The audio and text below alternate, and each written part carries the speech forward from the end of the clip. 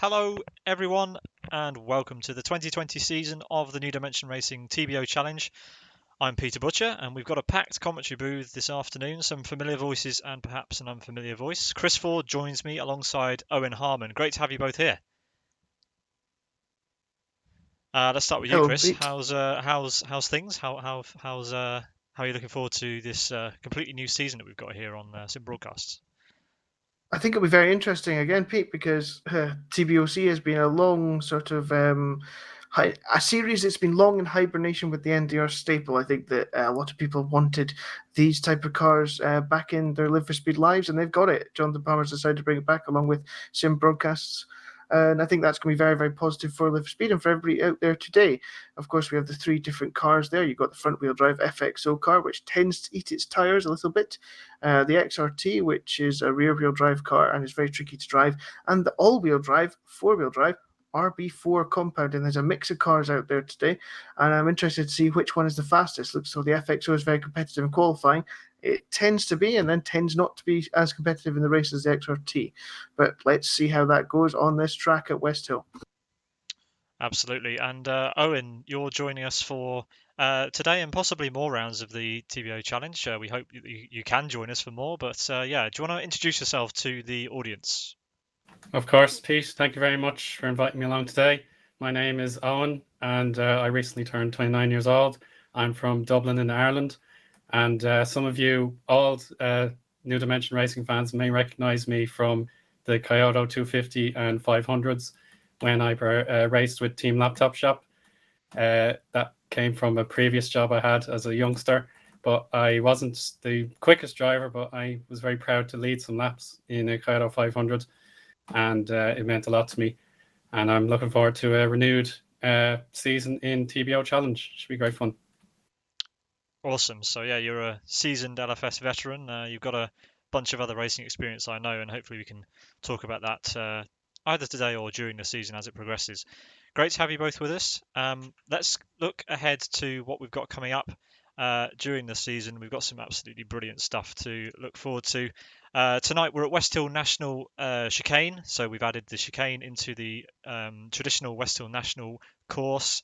Then in a couple of weeks' time, we head to South City for chicane route, Blackwood Grand Prix, Rockingham ISSC, Kyoto Ring North, and Fern Bay Green. The six-race series will be followed by a team endurance race, a non-championship race, where everybody who's involved in the series can team up, and we're going to have a bit of fun at Aston North in December, a couple of days before Christmas. And yeah, we hope to see an absolutely packed grid for the non-championship endurance race at the end of the season. Tonight, though, we'll have a 20-minute qualifying session kicking off in around about 10 minutes' time. Then we'll have a 12-lap sprint race and a 20-lap feature race. We have some balance of performance on the cars. The RB4 has no restriction. The XRT, that will have 1% of intake restriction. And then the FXO with its 6%. That's our balance of performance for this race meeting. And then from round two, we will also have the introduction of success ballast for the first time in a long time in Live for Speed. I'm sure you gents are looking forward to seeing how that will affect the cars in future rounds. Mm-hmm. On your screen, we've got the details of the class structure today. So we're running the three cars in the turbo class in Live for Speed. Each of them around 2 litres. Different configurations. We've got rear-wheel drive, front-wheel drive, and all-wheel drive. And that is going to open up a lot of different strategy, a lot of different performance throughout the different rounds. But we hope that the balance of performance will try and bring them all closer together and provide us with some varied winners and yeah, maybe hopefully not a particularly standout class throughout the year, but we will see. We also need to look to the drivers that we've got participating. We've got an absolutely packed grid here. We've got a full server worth of cars for round number one, which is absolutely fantastic to see. Some familiar names from other series you might be familiar with in Live for Speed, and also from other broadcasts that we have put out for you on Sim Broadcasts. But definitely, guys, some returning names that we haven't seen for a very long time. Oscar Hardwick being one of those guys. Isaac Price is also joining in for this. He's teaming up with Vitatus Lagutskas actually for this series. Chad Esports. They are those two guys have joined forces for once, and it'll be good to see them racing as a team rather than necessarily against each other. I'm sure if they end up in the same bit of track, they're not going to take it easy on each other. But yeah, good to see those guys. Jürgen Weber as well, returning. He's not been around for quite a while. He's driving for Heroes of Racing today, and I'm sure we'll mention quite a lot of other drivers who are either returning or regulars as we head through today's running. So 9 minutes left before we get going for the qualifying session. I want to put the mic to you, Chris, if you don't mind. Tell the audience a little bit about the track we've got today, Westhill National with the chicane route. Well, it's a very technical track compared to the other Westhill configurations, which you would normally expect to be a flat-out blast. It goes through the infield sections and has a lot more tight and twisty corners, and that will have the effect in these cars of keeping them more closely together than you would on any other Westhill combination. And it means that these cars have the opportunity to overtake, and it also means that you will see the different cars having an opportunity to have their strengths shown.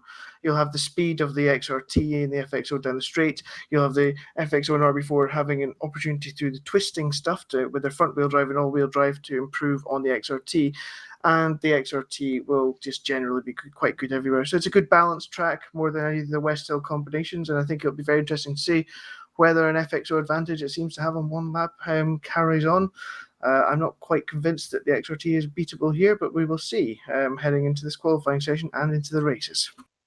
Yeah, qualifying is definitely going to be interesting because I think there's going to be potential for the RB4s to do very well here.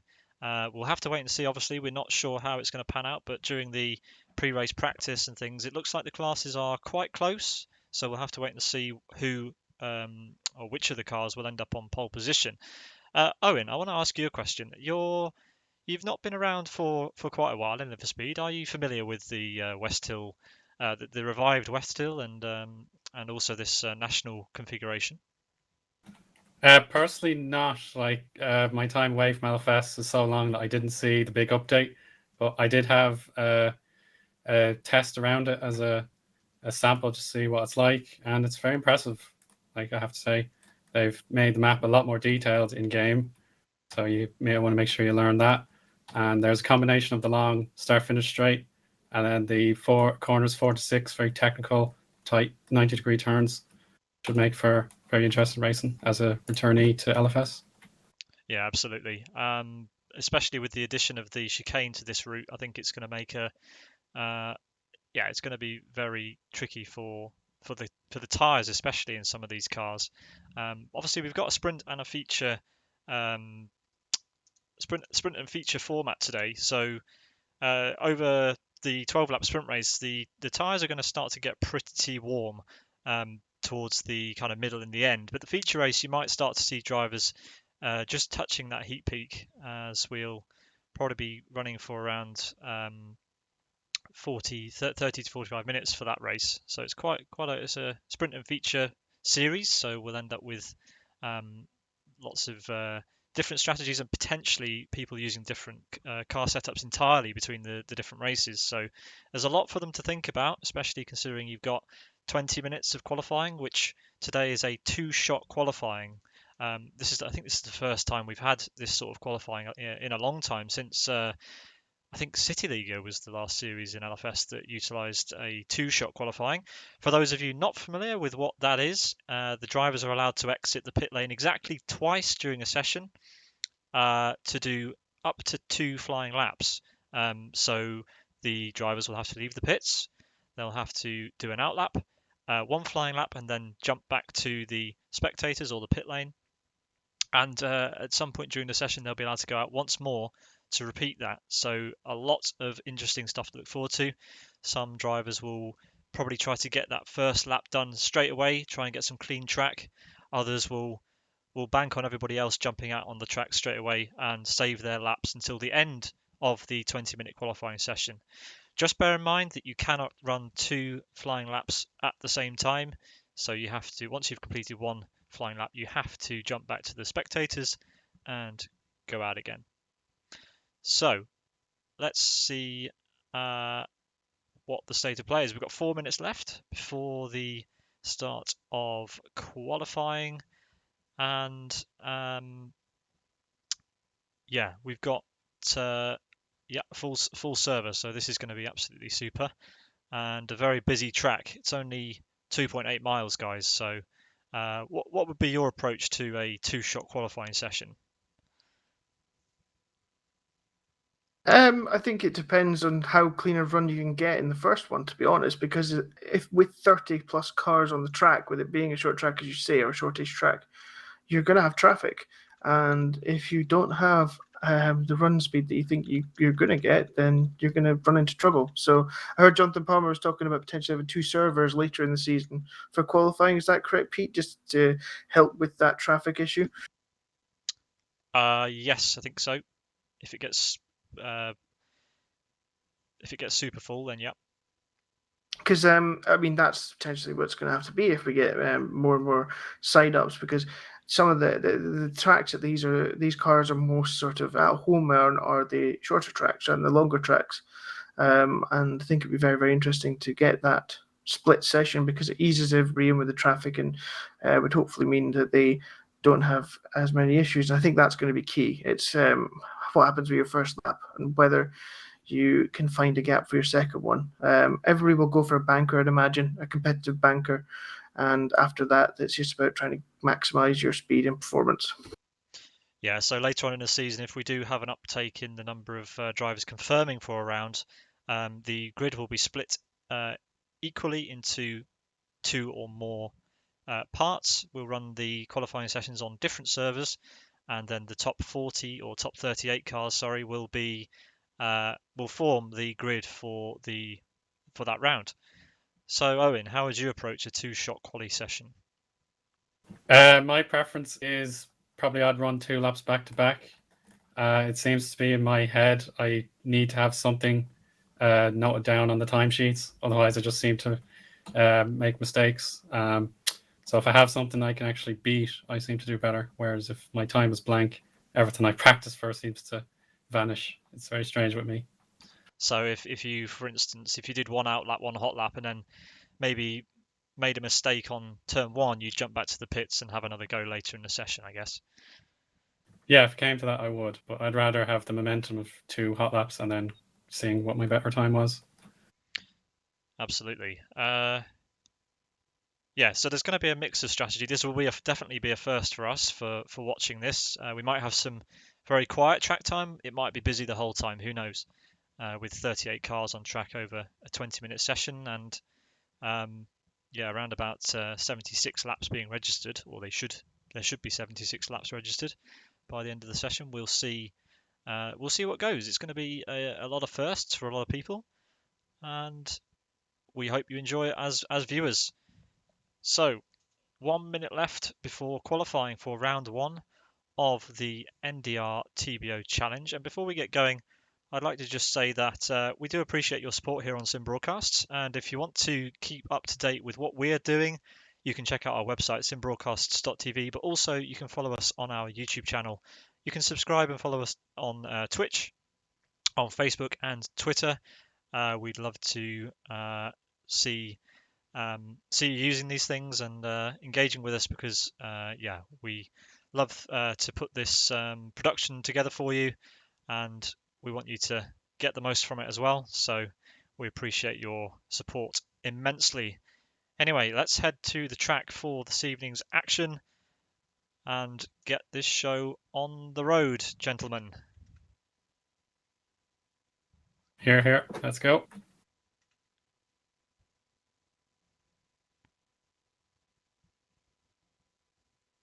I think this session will be absolutely fascinating to see if the FXO does have an advantage in qualifying trim. Certainly, it looked as though it did from those times in practice there, Pete and Owen. Be very interesting to see what happens. Yeah, absolutely. We've got cars lining up at the end of the pit lane just now, getting ready to go out for their timed lap.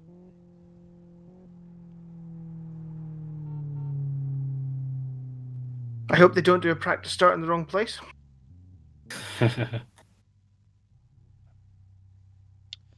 So here are all the cars lining up at the end of pit lane. And then when the clock hits 20 minutes to go, the pit lane will be open and all of the cars will be able to enter the track.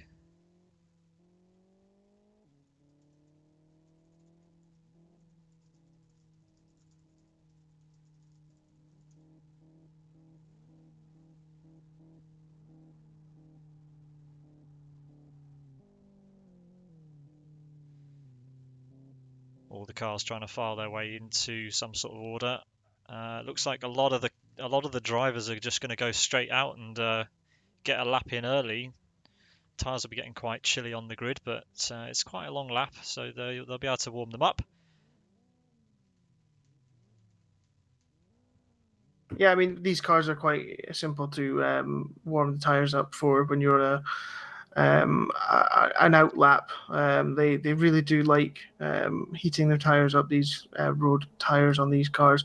And we are green flag and they are out onto the track. Absolutely. So the cars make their way out onto the circuit. Let's see how they kind of find their own space on the track, and yeah, we'll see what we end up with. I'm really looking forward to seeing what this what the results look like after this session. I expect to see a couple of RB4s maybe getting in the mix because it is quite a strong car here. It depends if obviously the drivers who've been practicing with the RB4 can make the most of it and get the most out of their tyres for their one lap.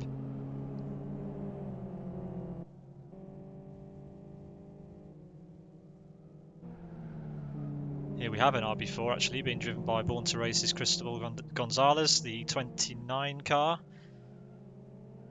Just starting an out lap. The track is very busy, isn't it? Oh, absolutely. No one wants to give any room. It's my space in the queue and that's it.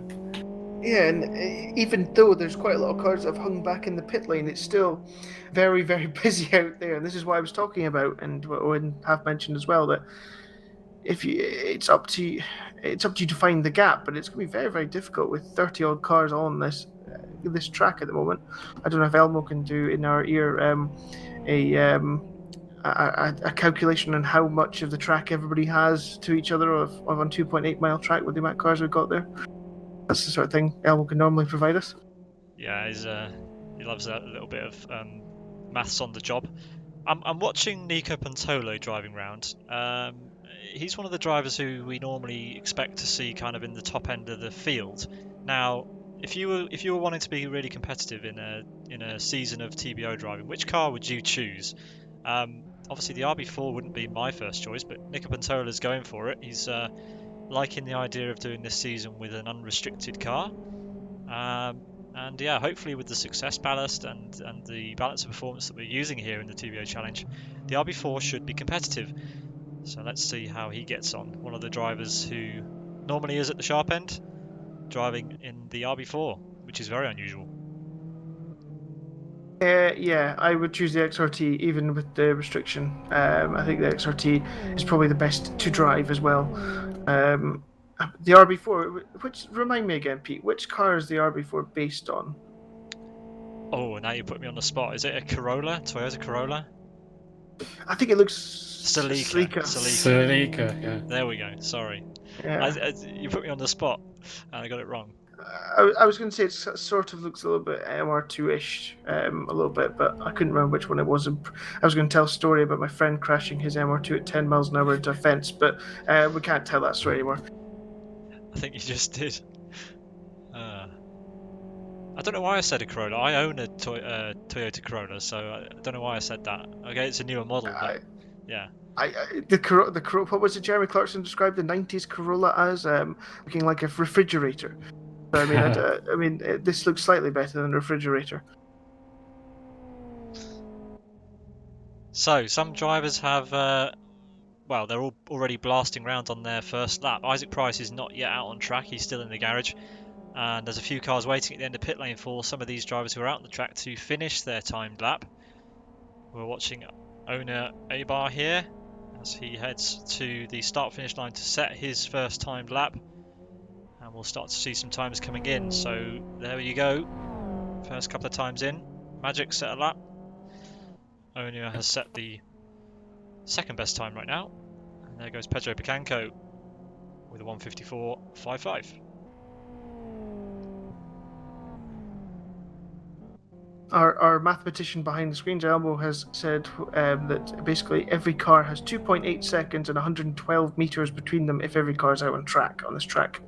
So that's why it's going to be incredibly busy today out there. I mean, it's you're going to really struggle to find track position at all points. And if you just have two shots, it's a very challenging situation to be in. We could get a mixed up grid. Certainly, I would not like to have this at a South City combination. That would be certainly very interesting. South City SO1. We haven't used SO1 for anything for a while. That'd be fun with that amount of cars. Yeah, South City, the close confines of South City, not really up to the job of 40-car grids at the moment. But if you like a bit of chaos, maybe we can do a South City race at some point. We have our first time under 1:54. That's Vytautas Lagukas with a 1:53.97 in the RB4. Very nice. Yeah, that's rapid. And there we go. It's an RB4 lap time, which we knew they were going to be strong in qualifying. Didn't quite know how strong. But Vytautas Lagukas throwing down the gauntlet to everybody else as we've got João Paulo off on the grass there. I don't know if he's on an outlap, but that's not what you want to see in the qualifying session. With 14 minutes remaining. 20 times on the board currently. Good spread of times, good spread of cars as well.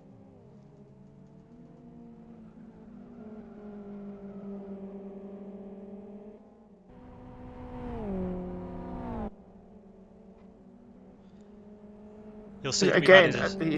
Go for it. Sorry, carry on. Okay, we've added some anti-cuts, some rather brutal anti-cuts at the chicane here to make sure that the drivers are punished if they are a bit too greedy over those curbs. That's all I wanted to say, Chris. That's okay. I was going to say that I was watching pit exit and Isaac Price came out into the track, was waiting, trying to find a gap with two others, and then drove out into the track in the middle of right in front of somebody who's doing fast lap. And he's I'm not really sure how to describe that car. It has Tinder logos over it, which is interesting. Yeah, the Chad Esports car has a couple of interesting sponsors on it, to say the least. Interesting colours as well. It looks like have you ever seen the squashies? The squashies, the blue, the chewing gum flavoured squashies. Blue and pink, indeed. Blue and pink, yep. Terrible. Good to see Jared Mead for Angry Angus Racing on the track. He's I know he was one of the drivers who was very keen to be involved in a turbo-based series, especially a new Dimension Racing one. Yeah, great to see him on the track. He's currently in P15 in his XRT with a 1:56.46. And as we train our cameras firmly on Isaac Price as he's just coming around to finish his outlap, I believe. This is his first outlap. And now you can see the skin that Chris was talking about, the pink and blue XRT of Chad Racing, or Chad Esports, sorry.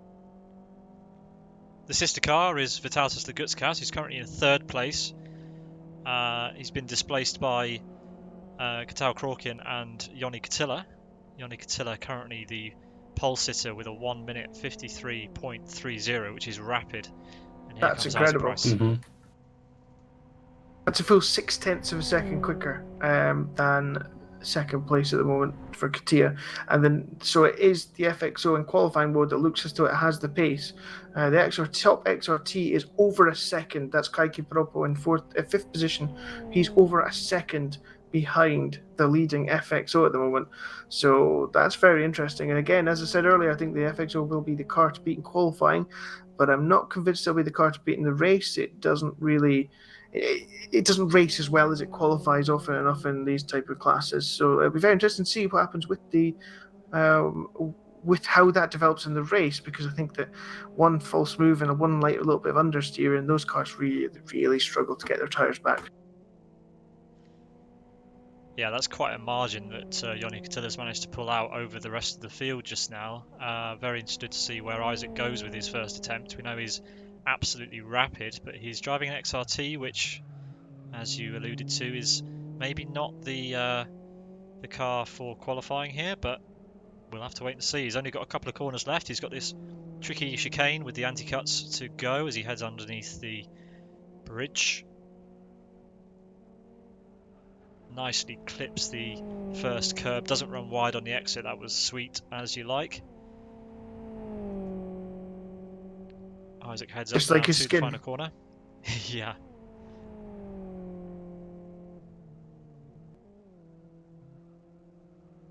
Pitching the car into an oversteery moment as he comes into the left-hander there.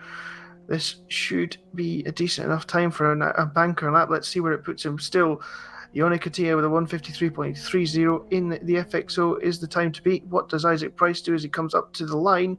He does, of course he does, 1 minute 53.22 and scratch all that. So yeah, it was a good job we had the cameras on him. That's the provisional pole time, and it looks like Isaac's going for his second lap straight away. He's happy that he's got enough tyres left and enough space on the track. He's got a tiny margin over Eoin Katilla in the FXO, but that is an absolutely rapid lap time from Isaac Price. It's 1.2 seconds quicker than the next XRT. Oh, that's right. Now that's just 9/10 of a second quicker than the next XRT. So that's purely Price pulling that lap out the bag. It's XRT, FXO, FXO, RB4 XRT at the moment in the top 7. So that's nicely balanced, you would say, but you'd have to say I think that the FXO looks to be the quicker generally, but Price pulling it out the bag. It'll be really interesting to see whether he actually improves on this next lap. I think he's going to decide whether to abort it in the final section, but yeah, his tyres are definitely getting warm, as you would imagine.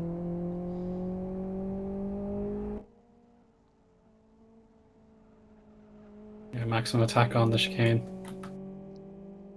32 times on the board. We're waiting for 6 more. There are some other drivers out there who either haven't managed to complete laps or haven't even begun trying to set laps yet. Still plenty of time left in the session if drivers are still in the pits, as Isaac covers quite a wide line and aborts on the final corner. So, will he go out and have another go? We'll have to wait and see. Oscar Hardwick in the RB4, currently down in 15th place. Quite a distance behind the currently the leading RB4. And can I just bring to your attention, gents, that Vitalis the Gutskas has managed to improve his time in the RB4, and look how close he is to the likes of Isaac Price and Eoin Katilla as Oscar Hardwick aborts his timed lap. So the top car, Isaac Price driving the FXO, the XRT, Eoin Katilla driving the FXO, and Vitalis the Gutskas in third place driving the RB4. So all 3 cars represented inside the top 3. Isn't that brilliant? Fantastic. It means that the balancing is relatively correct for this track, and long may that continue, hopefully. Let's see what happens in the race, as I said earlier. It'll be interesting to see which car is the quickest, and whether anybody can challenge those top 3 at the moment that's out on track. Yeah, Eoin Katilla currently on an outlap, warming his tyres. He's got 0.08 of a second to find to get ahead of Isaac Price. Obviously, the FXO is quite a lot more restricted, but the balancing so far looks to be pretty on point. So we'll see if Eoin can take what we think should be the best car in qualifying and put that thing on pole position. He's got one more attempt.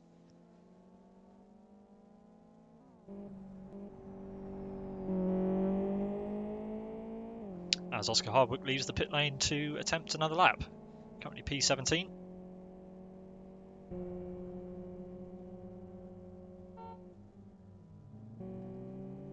Eoin Katilla trying to find some space. He's got the Heroes of Racing car, Jürgen Weber, barreling up behind him. Just to make sure he stays out of the way of that car. Leaves him just about enough room.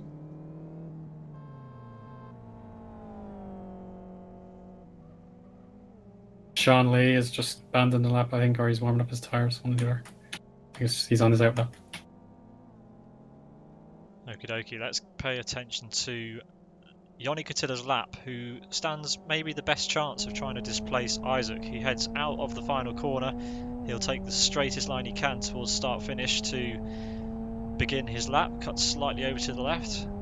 He's got a car exiting pit lane ahead. Hopefully he'll be out well ahead.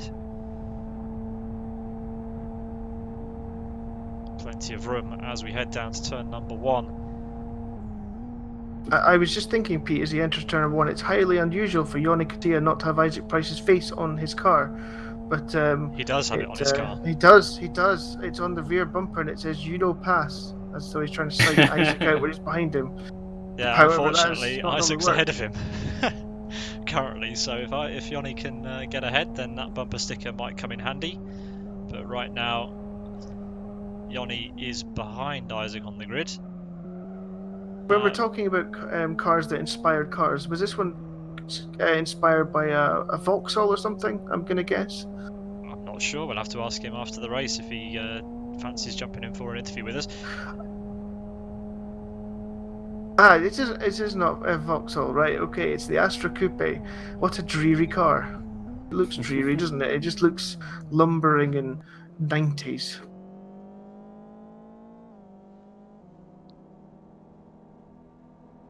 I think it looks okay. It's an interesting livery there from Eoin Cotilla, but back to his lap. It looks very smooth so far. Let's see how he copes with the chicane. Nicely done. Runs a little bit wide. That's not going to help him. He'll have dust all over his tyres as he heads down into the final hairpin. Let's see what he manages here.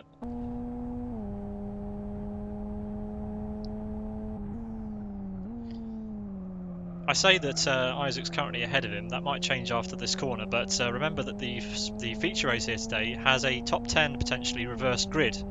Positions from 6 to 10 will be reversed depending on the finishing race time of the winner of the sprint race. But let's see as Eoin Cotilla crosses over the line. It's not enough. Unlucky. It's close though. He took 0.04 of a second off his own time, but still remains 0.04 of a second behind Isaac Price. There's a red line that you can, if they're in the 49s, then they're very, very close to Isaac's time, and he was identical, of course, when he went over that line. So I thought for a split second he might just get it, but no, just falls short. But on the front row at the moment, Eoin Cotilla.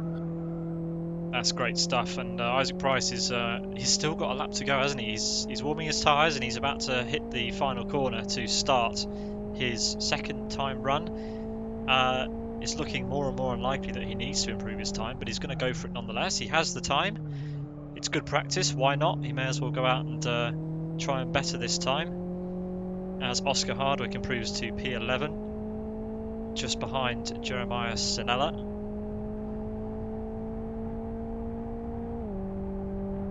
So here comes Isaac Price then, across start finish. No traffic ahead of him. Great placement. Quick dab of the brakes down to 4th gear for the first corner. Great apex, runs plenty wide enough, uses all that AstroTurf on the outside. This is a tricky corner coming up. It's got a very blind exit and he's got it wrong. He's dropped the rear right on the grass on entry and this will be an aborted run. Isaac will not improve on his current pole time, provisional pole time, sorry, of a 1 minute 53.22. Minute 50 to go. There's no more time. Set another lap if you're not on track. Looks like Jeff and Jacob for Race Green is going to be one of the final cars to try and set a lap. He's taking a very, very slow out lap here. Probably building up. Doesn't want to get too much heat through those RB4 tyres. But that is a great lap time for the Race Green car to be in the top 12. Let's see if he can improve on that on this final attempt. Round the final corner he comes.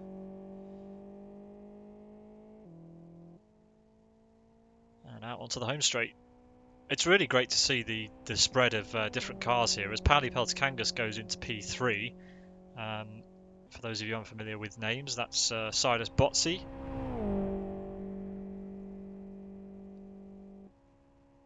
So Vitalsas Lagutskas pushed down to P4 by 0.03 of a second.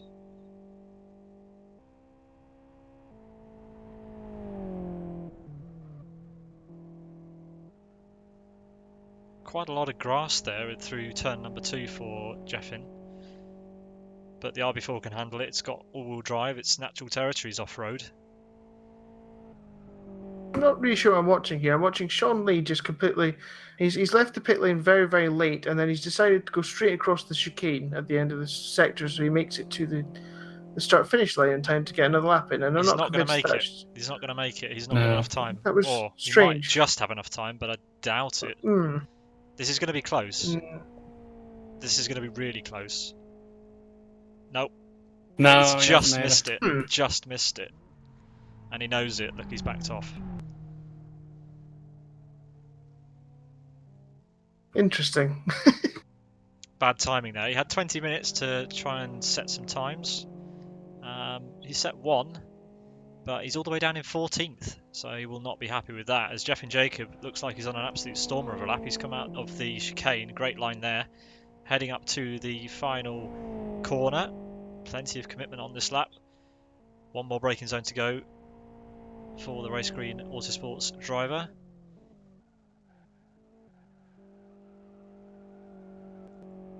Great apex this. Great corner as well. It's really really nice flowing corner as we head out onto the home straight. Will it be an improvement? He's currently 1.35 seconds off of the pole time, and he does improve, but by a tiny, tiny margin. 0.04 of a second. Do we have any other cars out on a lap, gents? No, I believe I that's don't the believe session called. So, 37 cars have finished this session. Isaac Price will be on pole for the sprint race, a 1 minute 53.22 for the Chad Esports driver. Yoni Katila in P number 2 in his FXO. Then it's Pauli Peltikangas, Vitalsas Lagutskas in P number 4. So Chad Esports with an absolutely brilliant qualifying session there. Katal Krorkin in P5, Kaike Paroppo in P6, Nika Pantola P7, Pedro Bicanco for Road Appraiser in P8. Then it's Gazzetti in P9, Jeremiah Stanella in P10, Oscar Hardwick P11, Jeffin Jacob P12. Presmek Vidoviarts, he's in P13 for Conquest Racing. Then it's Sean Lee with that botched final lap in P number 14. He won't be happy with that. Then we've got Velenov in P15, David Ballard in P16. Sorry. Then it's Yari Katila in P17, Andre Araujo in P18, Ayub El Hanouni P19, Timu Soini P20, Cristobal Gonzalez in 21st, David Godge 22nd, Multiutis in P23, Oner Abar in P24, Michael Malik P25, Magic in P26, Chester P27, Jurgen Weber P28, Jared Mead P29. Then it's Steve Martin rounding out the top 30 with Sigitas Sakis in P31, Simonas Tautkavicius in P32, David Ballard in P33, Sam Winton P34, Lunis P35, João Paulo P36, and Lucas Wilson rounds out the 37 drivers who have qualified for round number 1 of NDR TBO Challenge 2020.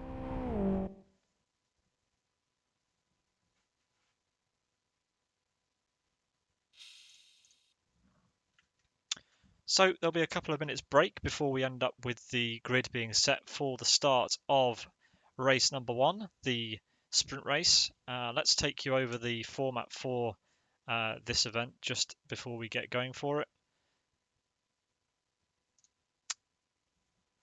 We've just concluded the 20 minutes of qualifying, and we will now have a 12-lap sprint race starting in around about 5 minutes time. The results of that race will have a either top 6 to top 10 reverse grid for a 20-lap sprint race starting at around about 3:45 UTC. So what do we expect off the start line, gents? We've got 3 different cars, 3 very different performing cars off the line. Yeah, who do you think stands the best chance of getting a great launch? By logic, you'd say the four-wheel drive cars have a chance, but certainly I would fancy the top 2 qualifiers to get an instant getaway right as the lights go out. Yeah, I think Joni Katila is definitely going to struggle. Not only has he got quite a lot of restriction, he's also got a front-wheel drive car. Isaac, yeah, he'll have a better launch than Joni. But yeah, you've got to think that Vitautas Lagutskas driving the RB4 in P4, he's going to have a good chance at getting up alongside either Isaac or Joni as they head into turn 1. What do you think about that? Yeah, that could certainly happen, but be interested to see the middle of the pack. There's so many cars and so little room. If you go 3 or 4 wide, you'd be certainly causing trouble there. Yeah, it's going to be a big squeeze going up to turn 1. Yeah, but it's such a strange turn 1 as well in these cars because these cars slide. It doesn't matter which car you've got, it'll slide. So I'd be looking out for in that first corner cars coming together because of accidental sliding, to be honest, more than anything. I think it's going to be a theme right throughout the grid. We saw here in GT2 Challenge what turn 1 can be like at Westhill, and that was with big GT cars that are supposed to stick to the road. These don't stick to the road. It's going to be very tricky for the drivers down into turn 1 and throughout the first lap. It's just going to be cars everywhere because there's so little space, as Elbo's statistics proved earlier, for these drivers on this track. So I expect an incident to turn 1, to be honest, and we'll see. An RB4 could come through at the start as well, let's be honest, because that car should launch off the grid. Yeah, we're not going to be seeing any rolling starts here. It's definitely a touring car series, so we'll have standing starts, which will be excellent. And yeah, it's definitely going to separate the classes even more. So it's anyone's game, this. And yeah, I can't wait to see the start. Hopefully it's clean, but we do expect to see maybe 1 or 2 bits of tangling up into the first corner. Remember that we do have the option of having red flags and things like that. So yeah, we'll hopefully we don't see that, but yeah, we'll consider it if we have a big spill into turn 1. So just to recap or to explain to everyone watching what happens at the end of this race, when we head to the second race, there's a little bit of a complicated rule for how we form the reverse grid start. So when the drivers cross the line at the end of this race, the finishing time of the winner, the last digit of that will be used to determine how many places are reversed between the top 6 and top 10 for the sprint race. For the feature race. So if the number is 0, then the top 10 will be fully reversed. Whoever finishes in first in the sprint race will start 10th, and whoever finishes 10th will start first. If it is from 1 to 5, we will add 5 to that number, and then that is the number of cars who are reversed. So, for example, if the finishing time of the winner of the sprint race ends in a 1, then the top 6 will be reversed. If it's a 2, it will be the top 7, and so on. That's how it's decided, and we are moments away then from the start of the 12-lap sprint race. I can't wait. We're just sorting out the grid. Looks like all the drivers are ready to go.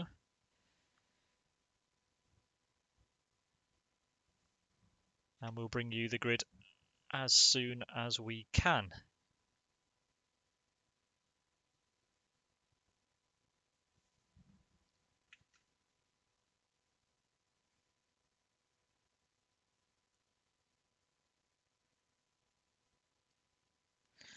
Looks like Jeff and Jacob is having some connection problems and may time out from the server, unfortunately, just before the start of the race. So we could be faced with some delays here. Hopefully not. Yeah, this was always the moment where I got the jitters when I was heading into the Kyoto races every year. I always felt the nerves. Yeah, it's great when you have this this moment of pause before the race when everyone's sat on the grid. They're not quite sure how the start's going to go. Yep.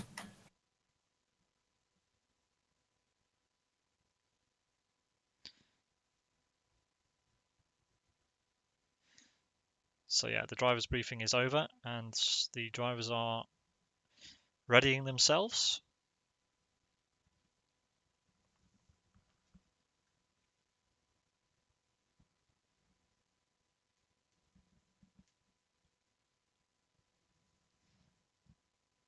Only waiting for a couple of drivers. Unfortunately, it doesn't look like Jeff and Jacob will be taking the start of the sprint race. Hopefully he can reconnect and take part in the feature.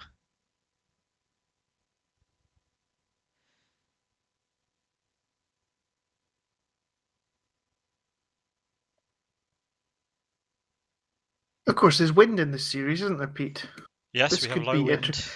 Oh, Yeah, so we'll see how much low wind we end up with.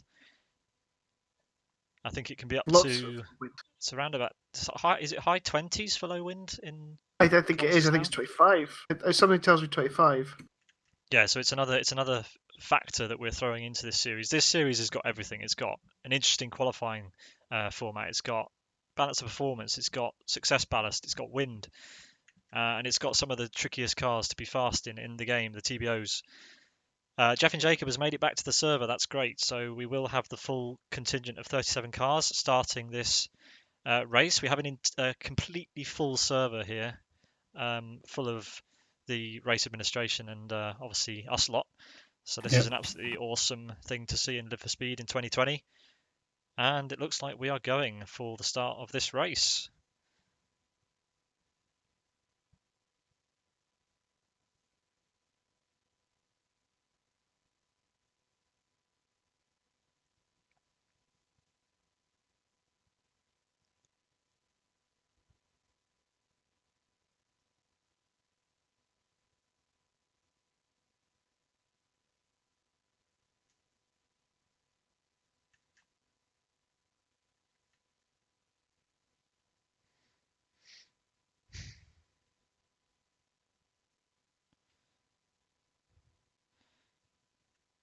The pace cars just getting themselves ready.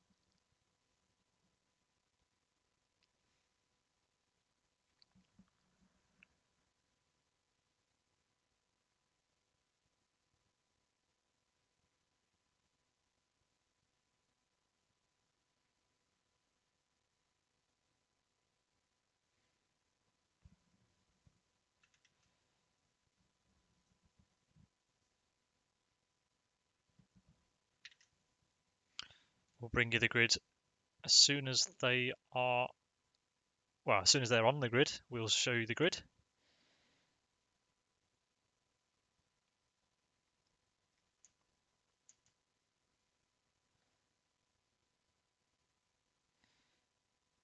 So a little bit of a delayed start for round one, but it's all sorted. We're ready to go. We're ready to go. The grid is active. And we'll bring you those pictures just as soon as we can. 16-kilometre-an-hour wind today, and it appears to be blowing across the start-finish straight. So that'll be interesting in the second sector, where it'll be coming across the drivers.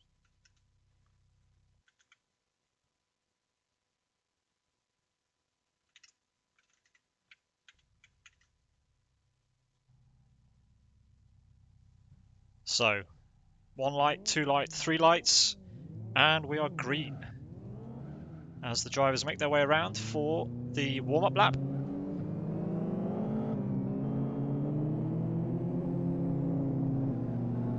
Where they will then line up, and we will have a standing start for the sprint race. Look at the size of this grid. This is absolutely brilliant. as the pace cars and safety cars make their way to their stations. Jonathan Palmer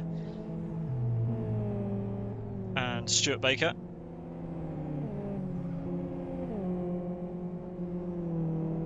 Interesting to see how hard Katia is pushing his tyres on this, especially his rears on this warm-up lap. The FXO will have no natural temperature in the rear tyres, so he really needs to get them in, otherwise he'll come down to... Oh my goodness, he's almost on the grass. He needs to get some temperature going in those tyres. Isaac Price doesn't need to be as aggressive. In fact, he's not even doing any kind of tyre warming, but the FXO is really going for it at the moment. Price looking to maintain his tyres as opposed to getting them warmer. Sam Winton has exited pit lane, so he'll be able to join from the rear. Yeah, look how carefully Isaac's driving around. He doesn't want to get any temperature in these tyres. He's leading everyone around on a very, very slow outlap here. But yeah, he can control the pace.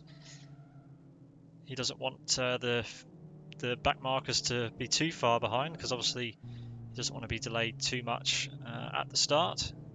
So there we go then. We have 37 starters. This is absolutely fantastic stuff.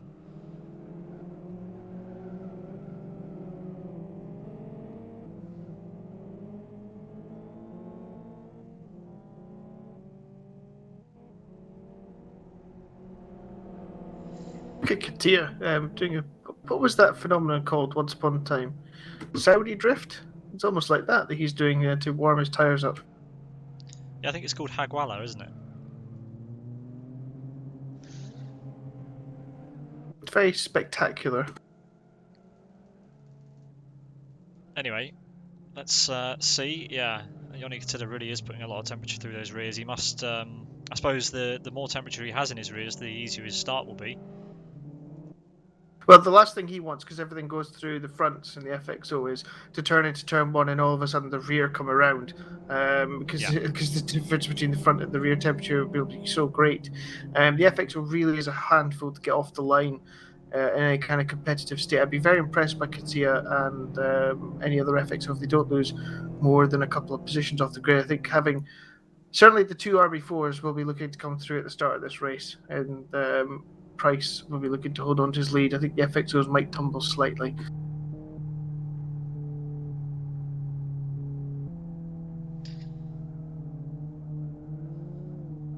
Yeah, we're riding on board with Eoin Kattila, watching Isaac starting to do a little bit of tyre warming, so clearly he hasn't, he's not happy with his prep, as we have the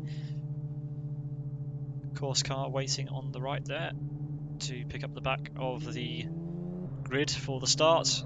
And here we head to the grid now.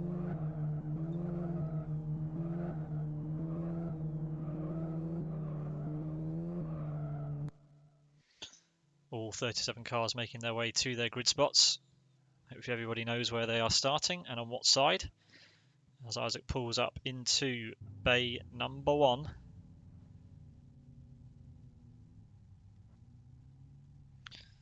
And the rest of the field files into position behind. It's been a long time since I watched a rolling start. Sorry, not a rolling outlap and a standing start. This will be absolutely excellent to watch, as the last cars are just making their way into position.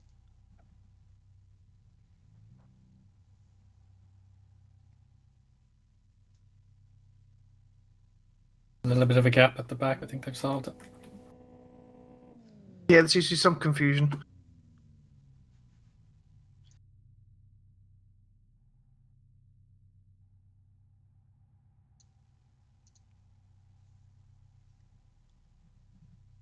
Okay, everybody, here we come then, waiting for the lights before the first round of TBOC to TBO Challenge by New Dimension Racing, brought to you today by Sim Broadcast TV, as we await the start of this round 1 race.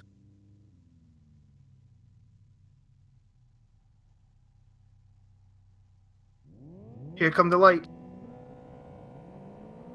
Price and Katia on the front row. Red lights are up. Who's going to get the best jump? Go! Green light is given. Price gets a fantastic start, as predicted. Katia immediately look at loses this. to Laguskas Lucas in the Lagutskas there. RB4. Absolutely brilliant launch there for Lagutskas. As predicted the RB4, it's absolute carnage down the middle, though, Pete, because I think we're going to have, as we suspected, loads of cars turning into that turn one all together. Will they all be able to get through without causing collisions? Fairly clean so far. So far, so good. That's brilliant to see. Isaac Price, followed by his teammate Vitalis Lugutskas into turn one. What a great start for Lugutskas there, as Eoin Katila now battling for P3. Katia's done very well to hold on to P3, though. I'm quite impressed by that. I thought he'd stumble down a little bit further than that, given the Dex Ortiz were swarming around as well. But as predicted, that RB4 just launches off the grid. So it's got its own launch control system in that car. I know it's because it's a four-wheel drive system, but it does remind you a lot of launch control. Yeah, absolutely. And Kaike Proper with a great start there, getting his XRT up into P4. Just behind Eoin Katila now, as Pauli Peltikangas is having a look down into the first hairpin. Pauli Peltikangas driving the purple, yellow and white FXO, goes up the inside, bit of body barging. All fair in touring cars. Exactly, and Nico Pantola is also there. He's in P6 in his bright green and yellow Subaru inspired livery there. As someone goes very hard over the curb there. Kanko absolutely on, well, all four wheels off the ground there. I mean, he's very lucky he's only lost in one position there. He hit that curb hard. And he's under pressure from Sean Lee down the inside now. And Sean Lee actually is overtaking Kurokin as well. So Lee up the inside of a couple of cars there into the final corner. Contact there as that Picanco gets spin round again. I think he's managed to cars hold on wide. to it. Yeah, some cars wide. Off the track. Fiorsetti as well, 2 cars wide. Still hitting. Oh, contact there. That's Velenov. He's been caught out there a little bit, and he's going to get absolutely mugged down the straight. There you go. There's an LLM car, Team Up Racing, and Born to Race car streak past him, and looks like was that Jared Mead as well? Yeah, Jared Mead now looking all over the back of Velenov as he makes the move into turn one. Bit of contact, but they've got it all sorted out. Meanwhile, out front, Malik. It looks like Eoin Katila's catching up to the back of Lugutskas. Sorry, Chris, what did you find? Sorry, Malik has gone down the inside of Jared Mead into turn number 2, and then straight through comes 2 other cars on the 2 of them as they were battling. It was a very ambitious pass by Malik. He decided to use the grass, where Mead was already on the white line on the left-hand side. So really, a very strange decision to make that move, but it's cost them both a position in the end. Woodwires gains a position on Jeffin, that's for 12th. It's a big dive bomb, but it was very well executed. Also, Katia has caught up to Lugutskas in the battle for second position in the FXO. He's trying to set him up for a classic touring car with the front-wheel drive move there, but Lugutskas is too wide to that into the left-hand hairpin in the final sector. And this is where Katia should get the good run in the chicane, though, I think, over this RB4. He'll be looking to set him up down the back straight. Lugutskas all over the curbs in the chicane. Katia not using as much of the curbing, I would say there. His car seems to be handling a little bit better at this stage. But if Katia could stay there out the final corner, I think he's got a good chance of making the pass for second position where he started this race.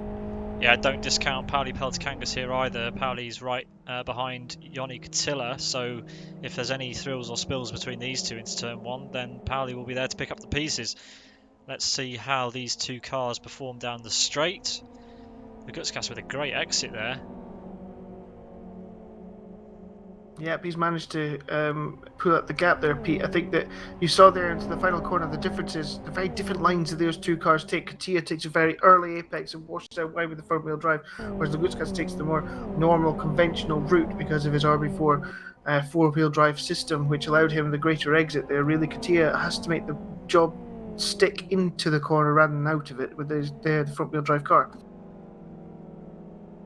Yeah, absolutely, and this is a brilliant performance so far from Isaac Price, setting the fastest lap of the race and has a very comfortable lead over his teammate Lugutskas, who's under pressure now, really under pressure from Eoin Katila as he maybe thinks about a move there into turn number 4.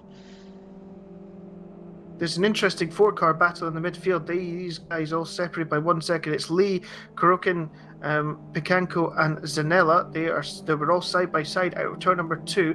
Picanco, of course, who has a little bit of damage to his car after that experience of jumping over the curbing in the final chicane, but seems to have balanced itself out slightly more now. As you can see up ahead, or I can see up ahead, Katia getting close again, but I don't think he's quite closer, as close as he was last time, to the back of Lugutskas. Yeah, he's going to be conscious of Pauli Peltikangas in his mirrors, and I have to say that even though Eoin Katila has been following that RB4 bumper to bumper, I want to say that Pauli Peltikangas hasn't made that much ground on him. That said, Katila, not a great exit from the chicane there, and Pauli has closed up a little bit. I think the gap to Lagutskis is actually bigger than the gap to Botsy now, just about, as we head onto the home straight for the third time in this race. And what's great now Oh, we have a is... crash, Stephen Martin. Stephen Martin has rolled. Car 46 and 95 under investigation by the stewards for exiting a closed pit. So yeah, Steve Martin on his roof there out on the chicane. I wonder what's going to happen here. As Isaac Price starts lap number 4. Very unfortunate there for Steve Martin. And you heard the voice of race control, Jonathan Provost, today, race director for TBO Challenge, announcing Safety car. that some of the cars are under investigation and we have a safety car. I was watching Lucas Wilson. He was having a very difficult sector 1, and other cars started to gain on him. But then as Steve Martin was catching, he just went wide in the chicane and rolled on the sleeping policeman, I suppose they're called.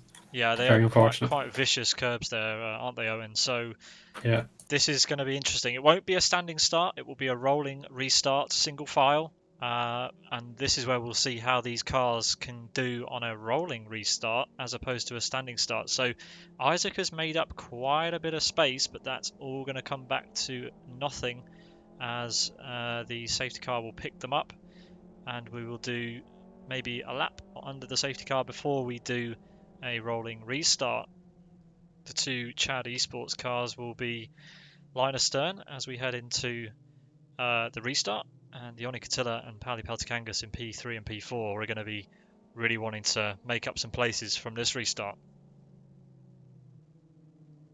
This one will certainly be interesting because I don't think the FXO will have any problems with the standing restart, Pete.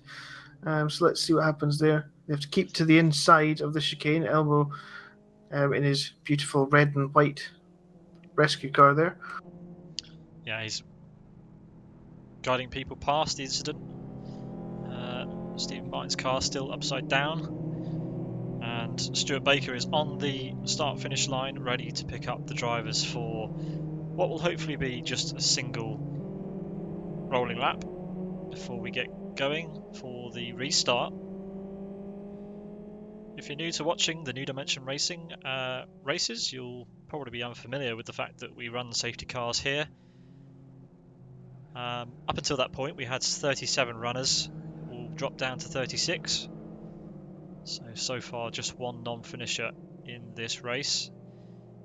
As the pace car has now picked up Isaac Price.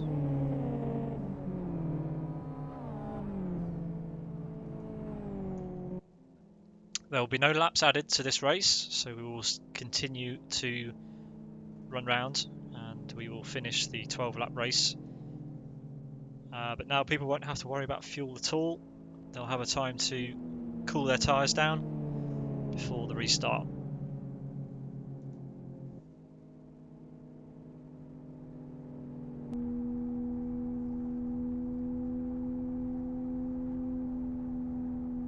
Safety car in this lap.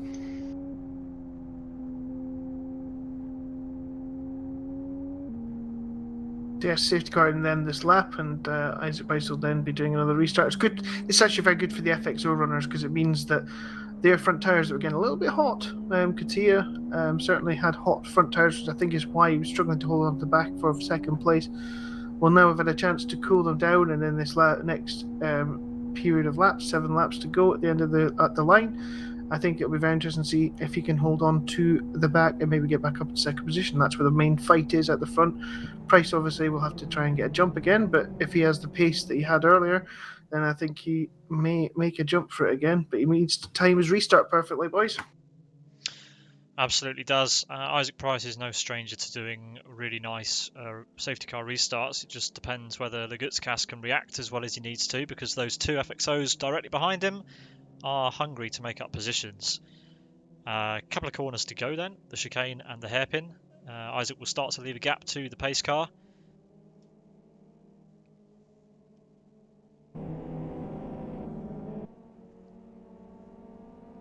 As all the cars behind are nicely bunched up now. hopefully they're all ready for the procedure.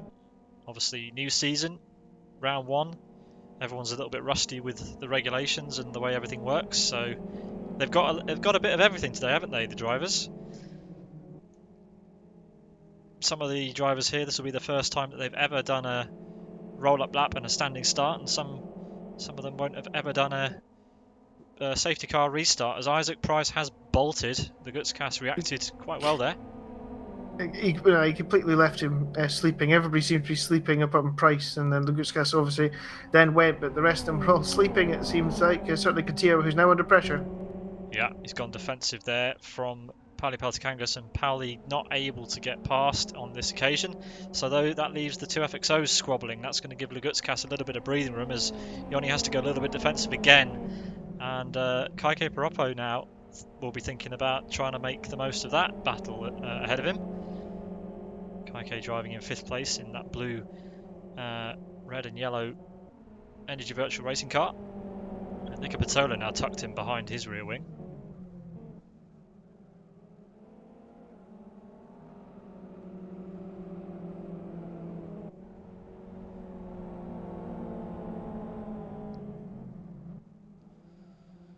So Jari Katila makes up a place on Michael Malak.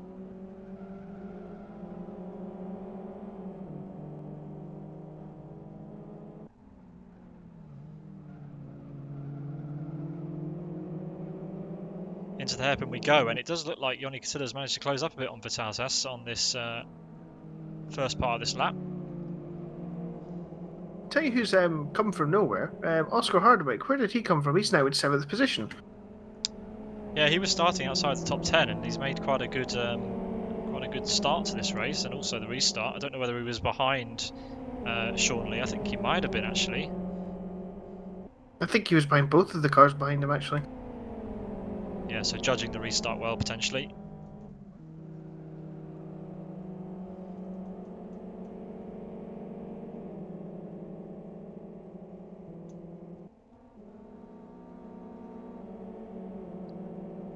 It's getting quite close in the midfield.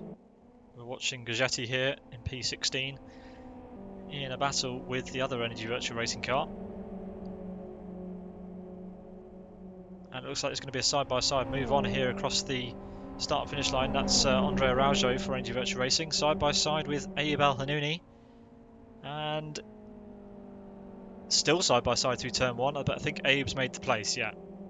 And the other Balls race car making his way through. Sorry, go ahead, Chris.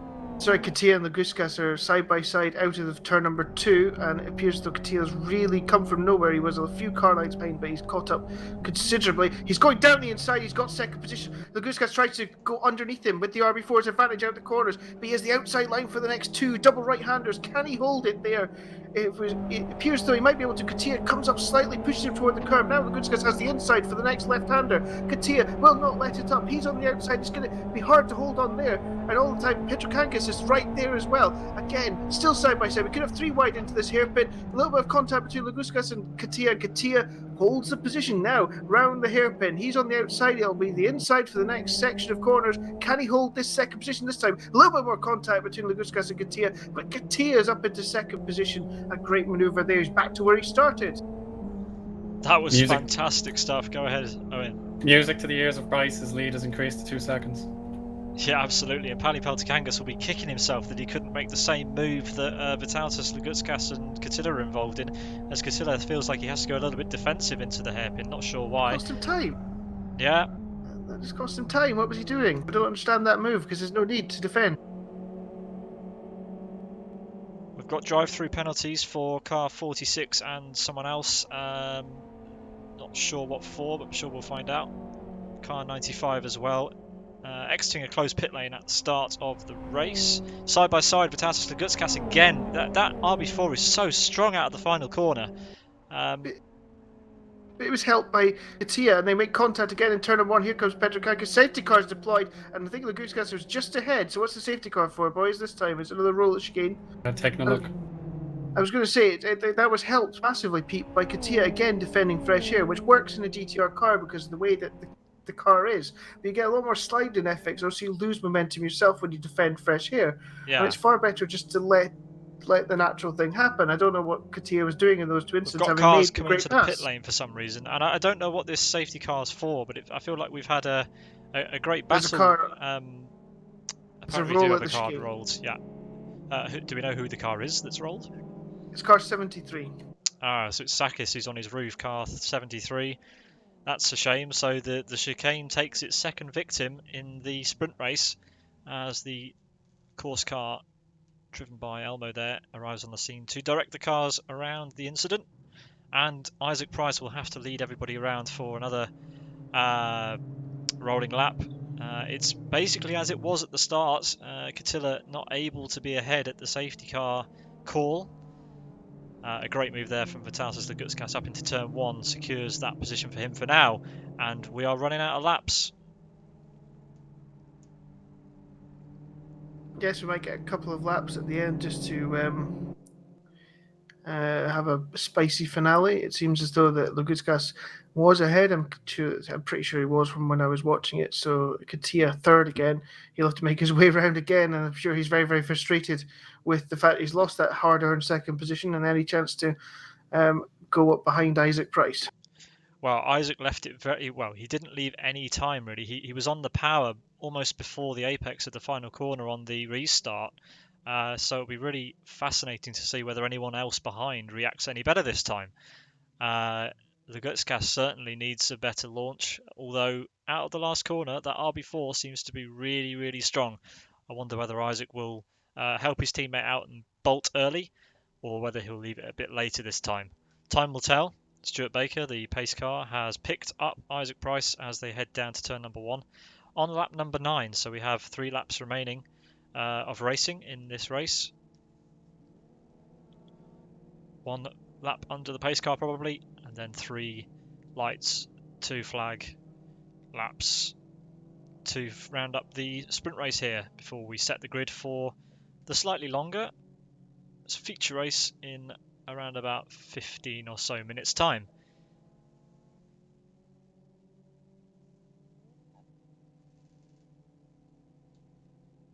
Yes, I assume we're about to get the same sign saying the safety car's in at the end of this lap.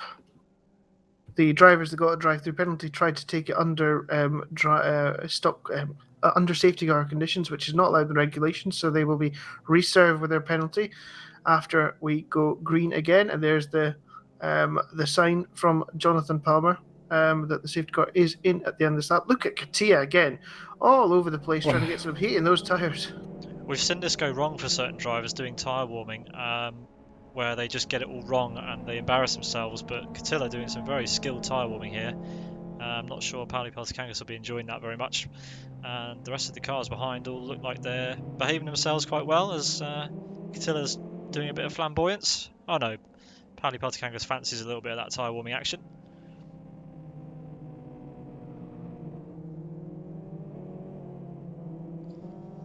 When will Isaac Price bolt this time? Is he going to leave it late, or is he going to do it early? Is everyone else behind wise to his tricks? He's left quite a big gap to the pace car, which is almost at the final corner.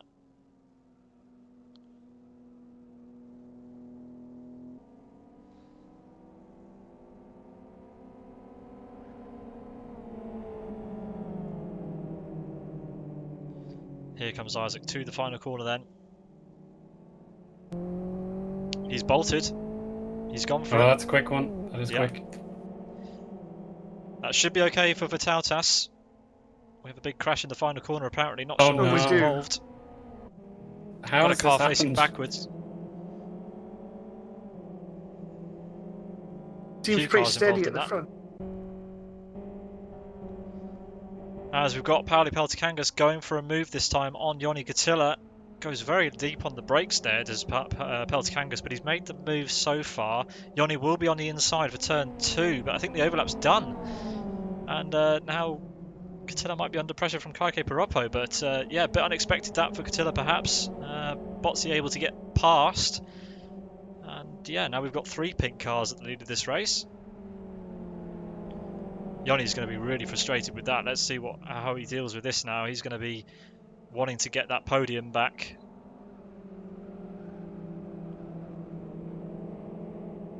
Yeah, certainly. I think he knew that if he went down, tried to stick it down the inside, it was more likely he was going to be the one to lose time there, and Parappa was certainly right behind him. So it was a sensible thing to do to let it go and fight that another day. Of course, we do have the reverse grid scenario where at the moment he would be slightly further ahead of these guys he's racing, and that's clearly the top 4 on pace at the moment.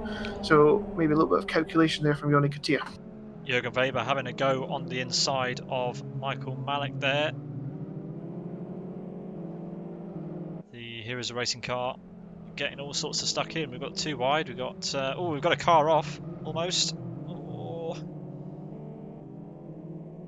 Oh, narrowly held on. Good Yeah, job. that was Michael Malik there having a bit of a moment through the section before the bridge. And out onto the back straight we go again.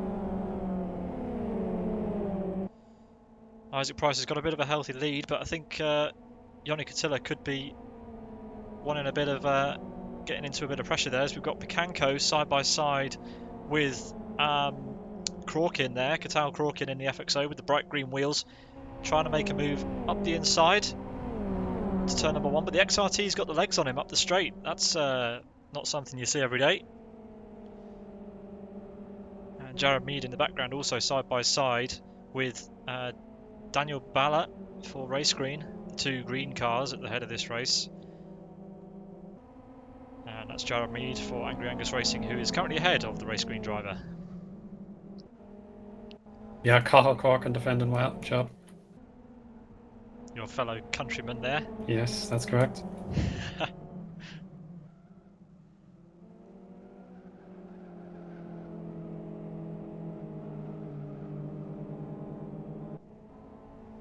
Eoin Katia is not letting Pauli Peltikangas get away, is he? He's really stuck under that that rear wing, and he does need that place back. We've only got 1 lap remaining after this in the sprint race. And then we see how the reverse grid scenario for the feature race will unfold. I'm really interested in that. But let's finish this race off first. Isaac Price does look comfortable out front as Eoin dips a wheel on the grass, and that's not going to help him as he heads onto the back straight again. He's already lost a chunk of time to Peltikangas.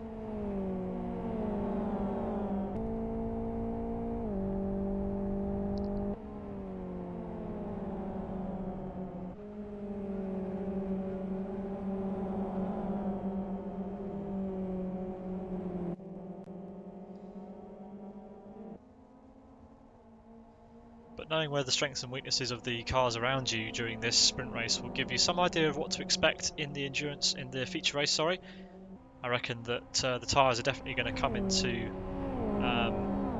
play. So we've got 2 cars going incredibly defensive. This is Pedro Picanco defending from Jeremiah Senella. Senella in the FXO, bit of contact, kind of pushes Picanco off the road. Hopefully. Oh no. Has a bit of a push to pass there, and President Vidoviarts has got past as well, so Zanella losing out, gaining a place and then losing out a place, and Picanco losing 2 places from that push to pass move there. Hopefully Zanella will give that place back, but we're on the final lap, so not too many corners left to do that. Isaac Price, comfortable gap over Vitalis Lagutskas, his teammate, but then it's Pauli Peltikangas and Eoin Katia still really close to the RB4 of the Chad Esports driver. And in the background, it looks like Nico Pantola's going at it with Oscar Hardwick, the 2 top-placed RB4s, and yeah, Nico Pantola has lost out to Oscar Hardwick there. Side by side they go into the final part of the lap, and Nico Pantola, who's been running really high in the whole race, has just been mugged there basically by Oscar Hardwick, who Chris mentioned earlier is kind of a bit of a dark horse in this race, kind of came from nowhere, and he's up into P6 now, Chris. Yeah, just from what I saw, Pantola went wide at the fast right sweeper, or the fast left, excuse me, and it opened the door for Hardwick to go down the inside. Yeah, that's happened a few times, Nico, this year. It happened in Bagheera Cup as well, as Price comes to the line. Absolutely. Flawless driving there from Isaac Price. He had to contend with quite a lot in that race. He had 2 restarts, so it's a Chad Esports 1-2 in race number 1. Paddy Peltikangas keeps ahead of World Class Lions Johnny Catilla for the finish there. And then we have a flurry of other cars finishing. Kaike Piroppo, P5. Oscar Hardwick, a great drive there, P6. Nico Mantola, unlucky there on the last lap, really, but finishes P7. Sean Lee, P8. Gatal Crawkin from Ireland in P9. Presmek Vidoviarts rounds out the top 10. Then it's the Ford Rally Esports team. Jeremiah Sinella in P11. Getting past Pedro Picanco there on the final lap with a little bit of a push into turn number 1. Then it's Jeff and Jacob in P13, followed by Motijutis in P14, Daniel Balla P15, Velinov P16, Yari Katila P17, Jared Mead P18. Then it's Magic in P19, and Jürgen Weber rounds out the top 20 finishes from the sprint race. Gents, can you tell me what the final digit of the race time was for Isaac Price? It was 30 minutes and 5 seconds, 0.02. Yeah. 0.2. That means that the top 7 cars will be reversed in the feature race, meaning that our friend Nico Bantola will be on the pole position and Isaac Price will be starting down in 7th place. Knowing Nico, he'll claim that that's why he let Oscar through in the last lap. Okay, so yeah, cheeky bit of luck there for Nico Bantola. Tell you, it'll be an RB4 that's leading out of turn 1 because 2 RB4s will be on the front row of the grid in Pantola and Hardwick. Then it'll be an XRT, then 2 FXOs, an RB4 and an XRT. So you have to imagine that the 2 RB4s will be launching off that grid as we saw Lagauskas do from 4th on the grid to 2nd in this sprint race. We're joined in the commentary box by the man who finished in 30th place, Lucas Wilson. How are you? I'm doing all right, thank you, Pete. How are you? Yeah, not bad. How was your sprint race? It looked like it was quite fun, and also a lot of drama going on with 2 safety car periods. Tell us about your race. It was very hectic going around. I got a stonking start. Literally, I think I made up 33rd to 27th in the end, and then the safety cars came out. And at the start, I was happy about that. And then I just went down the order and I was just thinking, okay, right, this ain't going to work. So I just drove and was having fun. So yeah, enjoyed the race, lots of action, and happy for another one. Yeah, well, you've got the feature race coming up. You'll be starting down in 30th place for that. Obviously, only the top 7 will be reversed for this race. But do you think there's some opportunities to be gained on the standing start? Well, now that I know about the talent around me with the different drivers, maybe I could kind of take from what I saw in that race and maybe go into the second race. But if I'm being honest, I don't really think, from what I've seen, I think I'll get a good start again like I did in the first one. But I think then throughout the race, because it's a 20-lap race, I think it is, I don't think I'll make up many positions. I'll maybe make up maybe 3 like I did in this one, because I'm planning on doing a pit stop in that race as my tyres won't last that long. So I'm hoping that I might be able to make up positions, but we'll just have to wait and see what happens. Brilliant. Yeah, it is a 20-lap race. We wish you the best of luck for it. And thank you very much. Hopefully we'll talk to you at the end of that one and see how you got on. So yeah, best of luck, Lucas Wilson. Thank you. Lucas Wilson there for Fetch Gaming, I believe. So yeah, what do we make of that race then? That was pretty intense, wasn't it? We had 2 incidents and a whole bunch of non-finishers, but 33 cars crossed the line, and it looks set to be a great feature race coming up in just a few minutes' time. I certainly think it was very close as we expected. The different cars have different points where they're strong, and I think that we knew that it would be close between the 3 after qualifying. I think that Price controlled the race. The RB4 was probably on pace the slowest of the 3, but I think the 3 drivers that have ended up in the top 10 in the RB4 more than made up for that car's slowness in a race condition. The FXOs possibly have a little bit more to give in the feature race depending where they start. They lose out so much at the start, and it's hard to recover from. So I'd look for an interesting feature race, especially with that grid with 2 RB4s at the front. They'll have a good start. Let's be honest, they'll be gone. And let's see what happens after that. Yeah, it's only a 20-lap race, which it might not sound like that much, but it will be quite a long race. It's going to be around about 40-ish minutes. So yeah, we'll see how this goes. Nico Bentola and Oscar Hardwick, both very talented drivers, both choosing the RB4 for this series, and like you said, we do expect them to just absolutely bolt off the line at the start of the race. We have the podium position finishers lined up actually on the server. We should probably show those guys. So there you go. There's the podium for race number 1. Very nice of those guys to line up for us. Isaac Price in the middle, and you've got Lagutskas on the right, and Sidus is Pauli Peltikangas on the left there. Chad Esports, I believe, got the 1-2 finish. They did indeed, so great points for those two guys there. The only two drivers in Chad Esports, and finishing this race in absolute perfect position for that team. So yeah, we'll have a couple of moments break before the start of the feature race because we need to set the grid, and the drivers will have a bit of a break as well. So yeah.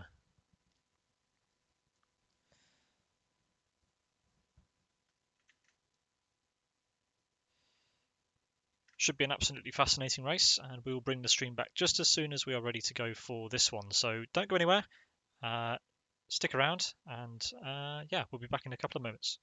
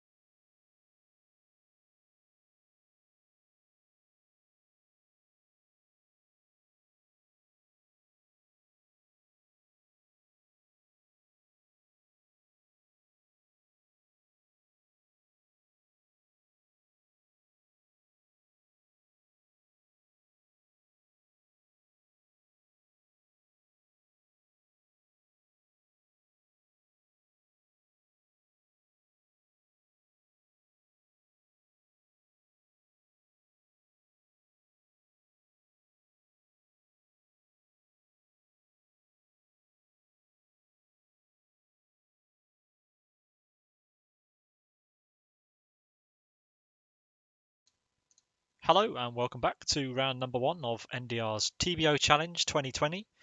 You're watching simbroadcasts.tv and we are just about ready to get going for the start of today's feature race, which will be a 20-lap race around Westhill National with the chicane. I'm joined by Chris Ford and Eoin Harman for this one, and I think Chris, you'll take us away again for the start if that's all right. Well, for the rolling start anyway, before we do the standing start after the formation lap. We're just waiting for the drivers to jump to the grid and then we'll bring up the cameras. But yeah, plenty to look forward to. We have 2 RB4s starting on the front row and we know that they're fast starting. Vitasis Lagutskas was able to get up from P4 to P2 in the first race, getting past Pauli Peltikangas and Yoni Katila, both starting in the FXOs, front-wheel drive cars.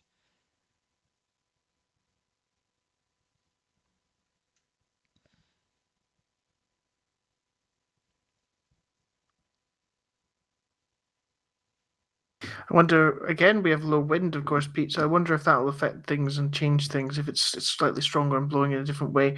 It was kind of a crosswind in the sort of the middle sector last time, which wouldn't have been as much of a challenge, given that we don't have the faster of the corners here at Westhill in this configuration. But if it changes, you will get a tailwind into turn 1. That'd be very fun. Yeah, totally. I mean, I don't know what the wind was in race 1. Did anyone make a note of that? I wasn't. 16 kilometers an hour is a crosswind on start finish straight. Okay, so that's actually quite a lot of wind, isn't it?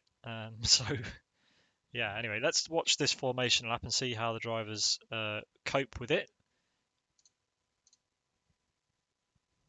14 kilometers the opposite direction this time, so it's from left to right, crosswind again on start finish straight.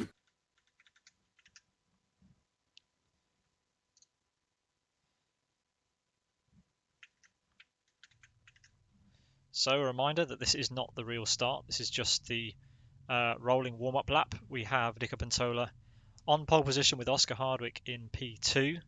The cars will go round for a formation lap, regrid, and then there will be another set of lights and all the cars will make their way around for lap number 1 of the race. I just read what it actually says on Nico Pantola's skin. That's very disturbing. Uh-oh. What does it say? Go on, Chris. Sub-oo-boo-boo. Oh yeah. The meme, yes. Super Oh my boo. goodness. Yeah. Oh, crikey. I wonder if we can get a view of that. Hang on.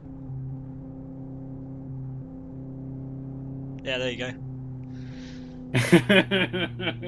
Ooh-boo. Oh, Oh, that's creepy. Nico Mazzoli likes his skinning, so he's probably very proud of this one. The old Subaru World Rally Car inspired livery there. Oh, Nico. I bet Oscar Hardwick's loving looking at the back of that.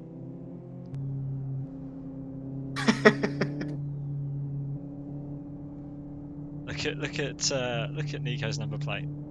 Fantastic. It's your turn to get that It's my turn, treatment, yeah. yes. It's been Hello, his mum, Nico. it's been me, it's been you, it'll be Eoin next week. Will it be me next? Yeah. I'm disappointed that Steve hasn't put a tribute number plate to you, Eoin. No, unfortunately not. But didn't we? Oh no, it Well, was Team Laptop Shop, it... I'm the only one who really gets the jokes because it was based off me. Yes, it was. Yes. Yeah, all the jokes were off me. Owen worked in a laptop shop at one point, so we renamed our team and had sponsorship. And Owen found the actual website of Team Laptop Shop so that we could Get put it on the the logo. skin. And once, yeah, we've put some interesting number plates of dedication to Owen's. Have Steve and I. Isaac Price down in P7. He's going to have a lot of work to do. Was that Sean? Who was that who just absolutely barreled over the curb there? Was that It was Sean Lee? Sean Lee sorry. had a decided to test the curbs, curbs, yeah. And the Saudi drifting has started up front again between the two FXOs that we're used to seeing. Yoni Katila and Pally Peltikangas doing plenty of aggressive tyre warming. And Nico Pantola will guide the cars around to the grid for the start of the race.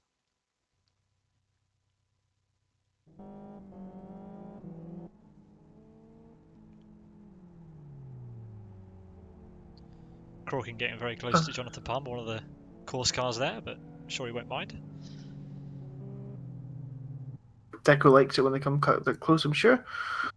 Just can't imagine Deco shouting through the airwaves ever at somebody for doing that. No, of course not. There's not infamous YouTube videos from 13 years ago.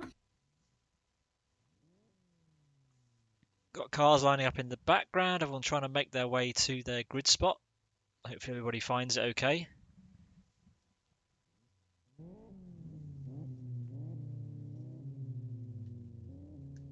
Seems as though they are, just slowly coming round.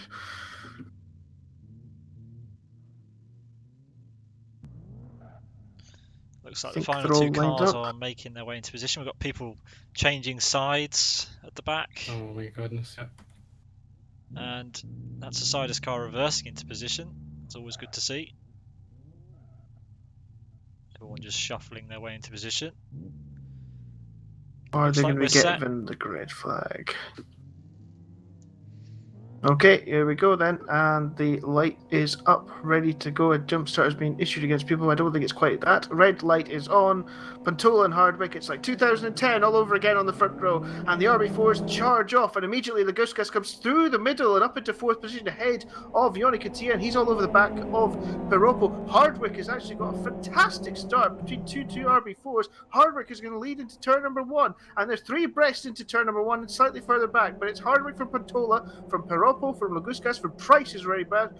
Katia, the 2 FXOs have gone backwards massively at the start of this race. Yeah, Sean Lee with an absolutely brilliant launch as Piroppo is fighting hard with the 2 Chad Esports drivers. We've got Lagutskas ahead of his teammate Isaac, but Isaac's got the inside line for the downhill. Slots in behind his teammate now, and Sean Lee, the Singapore driver, is all over the back of Isaac.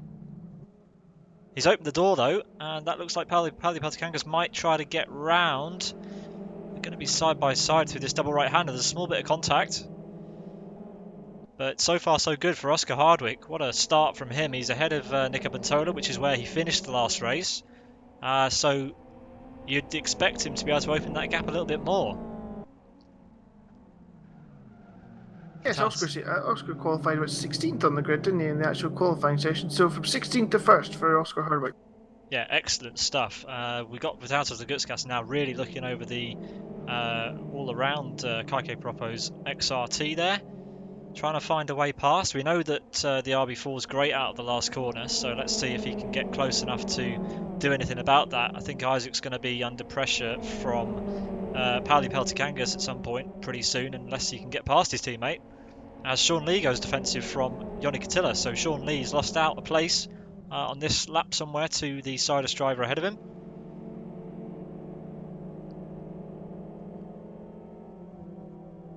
And look at this now at the front, it's so bunched up, and yeah, Pally Peltikangas really is all over the back of Isaac Price. The XRT will have about the same power up the home straight, so it's all going to come down to the aero. Peltikangas pulls out of the slipstream. The Gutskas flash of the brake lights as he pulls in behind Piroppo, and Pally Peltikangas moves around the outside to take P5 away from Isaac. Fantastic. Brilliant stuff. And look at Nico Pantola under pressure from Piroppo, has to take a wider line, and Vitalis Lagutskas now, all contact, runs into the back of Piroppo a little bit. It's all bunching up at the front. Nico's being hung out to dry. He doesn't want to be on the outside line through these corners, and Piroppo looks like... Ooh. Yeah, as we've got nose to tail contact, and that's brought Eoin Katia back into the battle. Nico somehow hangs on, and Isaac pushes his friend Eoin Katia out to the gravel, but it's not enough because Eoin's got past. And Eoin's skin finally makes sense for the first time today. Absolutely. Sean Lee comes down the outside of both of them into the hairpin. Surely not, Sean. Oh, there's contact again. There's the all back up. side. This is classic touring car stuff. But Lee's going to go around the outside. Price at the very least. Can he go inside of Katia now into this right-hander before the chicane? Katia leaves him no room and puts him in the gully. Price, don't think he'll go up the inside of the he chicane. had to back off. He had to back out of it. So Isaac's losing places left, right, and centre here. An opportunistic move there from Sean Lee. But yeah, now Isaac's going to try and get into that slipstream and try and get back past, because the gap has opened up absolutely massively now to the front runners. Oscar Hardwick rounds the final corner on lap 2 to start lap 3. Nico Bertolo a little bit way behind, and then Lagutskas has made his way past Kaike Piroppo through the final corner. We know the LB4 is good there, and once again it's showing its speed through that final corner. Piroppo side by side as we head up the hill towards turn 1 for the third time. Piroppo tries to hold it around the outside. That's a decent attempt. He's going to have enough runoff. Oh. Really, really well judged there. Petrokankis is coming as well. Absolutely. Oh, Laguskas goes down. Tries the switchback. I think there's a little bit of lag there. Pushes Piroppo out wide accidentally, I think. I think there was a slight bit of lag that pushed Piroppo out wide. Petrokankis thinks about coming as well, but Piroppo now goes slightly wide. He might lose 2 positions. Katia's right there as well. Petrokankis comes down the inside as well. Katia puts his nose in there. Kaike Piroppo goes for 3rd, back down to 6th. Yeah, that's really unlucky. I mean, that it just when you get out of position there, you just drop down the order so much. And now Isaac's got to try and get past Piroppo. The 2 highest placed XRTs now. Oh, Majitas into a little bit of a slide after contact. Woodawara's down the inside.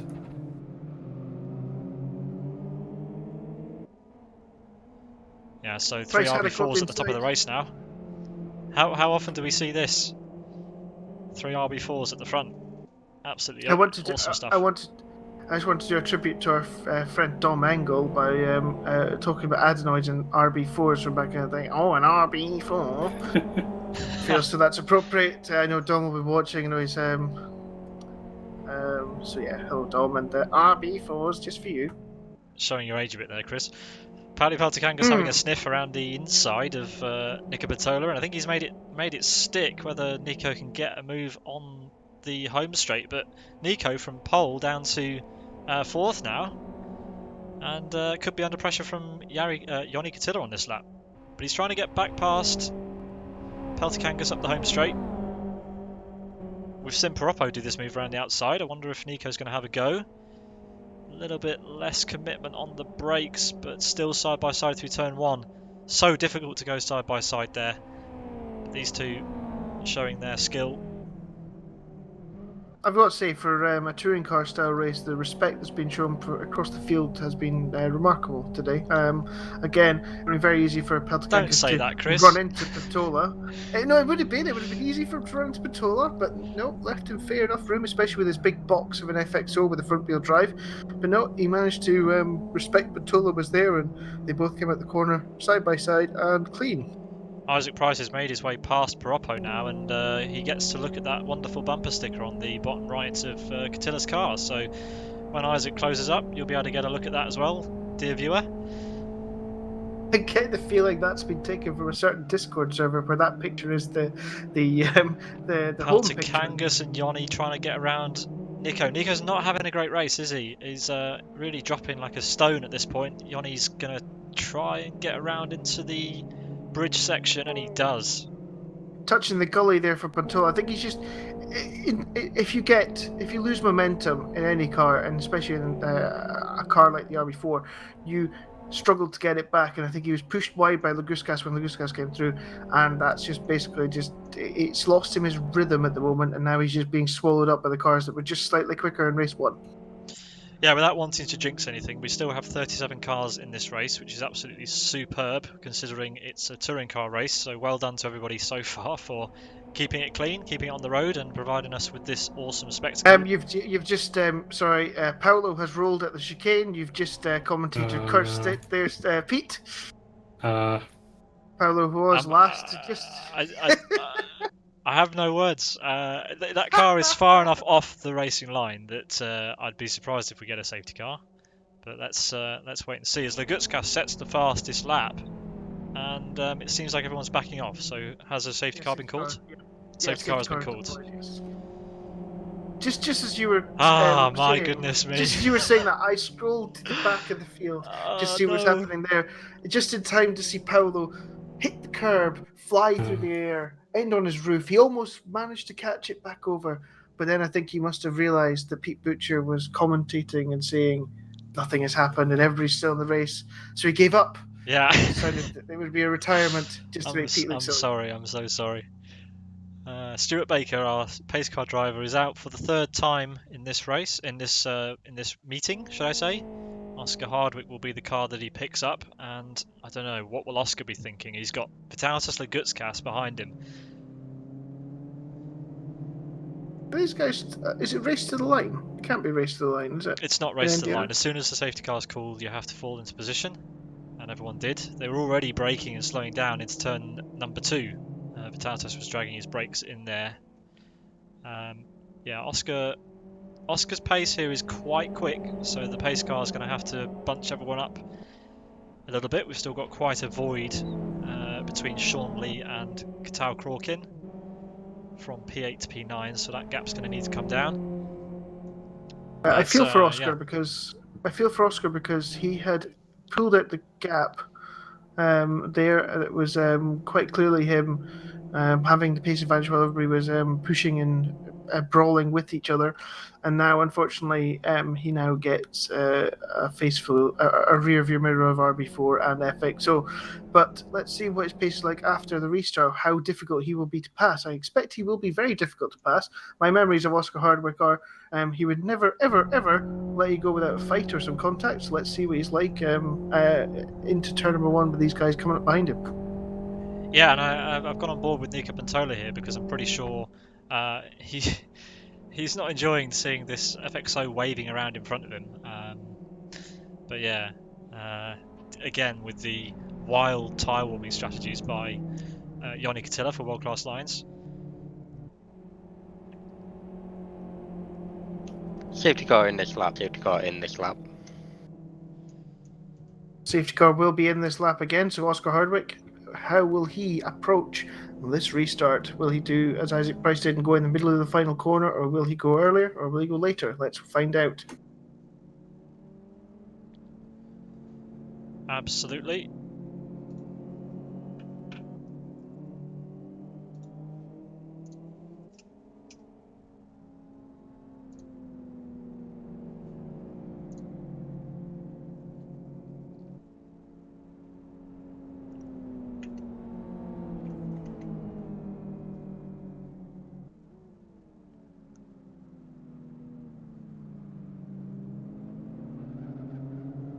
Vitautas Lagutskas' start here is majorly important. He's got 2 FXOs behind him, which he won't necessarily be that worried about because obviously this car's super strong in the final corner. But yeah, what will Nika Pantola be thinking here? He's in 5th place. He's got a quick car off the start. I wonder whether he's thinking whether he can try and get past at least Yoni Katila. Yes, this is going to be an interesting one because it's being led by the RB4 contingent. So will the tactics change, and what can the leading FXOs do to get at them? Oscar has left a decent gap to Stuart Baker, so he can basically go anytime he wants now because Stuart's basically in the pit lane. It looks like he's gone. Yeah, he's gone. Going now. Lagutskas did a good job there, but I think he's actually in defensive mode from the FXOs behind him more than attack mode. In fact, we could get a double pass here because, maybe not. Lagutskas defending and boxing him in. Yeah, he's boxed in. Oh, right to the Is he grass. going to cut? Is he going to cut? Is he going to cut across? No, Hardwick will hold the lead. Oh, pelted Kangas around the outside. Fantastic. Brilliant move there. And now, can he get past the flying Oscar Hardwick? Oscar Hardwick doing everything he can right now to stay ahead, and there's contact. Yoni Katila. Contact Katila. There was a little bit of lag touch there, but Katia was being a bit ambitious, trying to go around the outside, and the left-hander turned it a little bit too tight and got the rear wheel of the RB4 ahead of him. So Katia well back in this field now. I think he's down out of the top 10. He is down to 15th, 16th position. Yeah, Nico Bertolo up to P4, then he's looking over the back of Vitautas to Gutskas. So he's made one place on an FXO that's gone off on the grass, Eoin Katila. But Pauli Peltikangas, the big winner off the start, up to P2. Isaac Price down in P5. Nothing to give for the top 6, and then Cathal Cruachan is trying to catch up in 7th.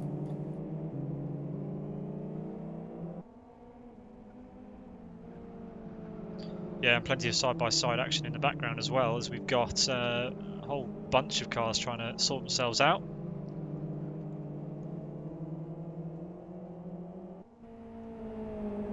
Velenov's involved, so is Ayoub. And that's where Eoin Katila is, ladies and gents. Ladies and gents, Eoin Katila P16 currently. After a brilliant result in the sprint race, he's going to have all to do now for the 14 laps that we've got left in the feature race. I saw Pedro Picanco go slightly wide, but he had lots of space to Woodward, so no issues for him. Hardwick under pressure as we're coming down to turn 1 for the FXO of Peltikangas. He goes to the outside. Oh, he touches the grass and has to weave across. Hardwick should defend that quite easily. Will he be able to stop him coming back at him down the outside? It appears as though he will. Hardwick doing a very good job there. He knows where he needs to get this RB4 out of the corners. He needs to get out of the hairpin corners to hold off this charging FXO. This is a good little battle here with 12 to go. Absolutely, and Vitautas Lagutskas is licking his lips again because thanks to that little bit of a move that Pauli tried, he's managed to bunch up again as we've got Nico Bertolo under pressure from Isaac. It's so closely bunched. This balancing is working so well right now. Proper touring car stuff here in Live for Speed. As Nico runs very wide, putting that rally car to good use. Didn't affect him that much. Subaru. Isaac will not be enjoying Nico's driving right now. It's a chicane he can't get past right now. Speaking of... Oh, Laguskas on the grass on the turn into the chicane. Okay, it's an RB4, but I wouldn't imagine he wants to do that too many times. Hardwick is doing a great job here of being a sort of middling mobile chicane. None of the two behind him can get there, but is Laguskas pushing? I think he is pushing, bump drafting down his back straight. I wonder if that's going to be the tactic they're going to use to try and get past Hardwick down this front straight. We'll have to keep an eye on that. I think Oscar might be in slight trouble here from Peltikangas and Laguskas because I think they've got better runs this time. He'll hold the inside line and make them go the long way, but I think he just didn't quite get off the corner as well as he did previously. He's holding on for dear life. He moves slightly across. He's squeezing him as much as he possibly can. He knows he'll have the inside line for turn number 1, but will he have the overlap to stay there? Peltikangas does have the lead, I think. What a pass. And it's a beautiful move, yes. And Laguskas comes up on Oscar Hardwick now.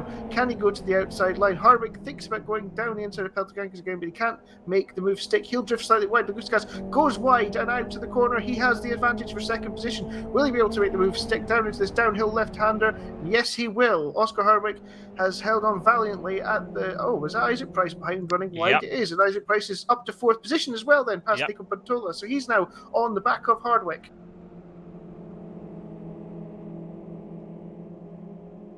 Yeah, so Nico... Hardwick's tyres have slightly gone at the front. I think he's maybe pushed too hard, but you can see that he's getting a little bit more understeer than he did earlier on in this stint. And I don't think he's going to have much to hold off Isaac Price with when Price gets to him.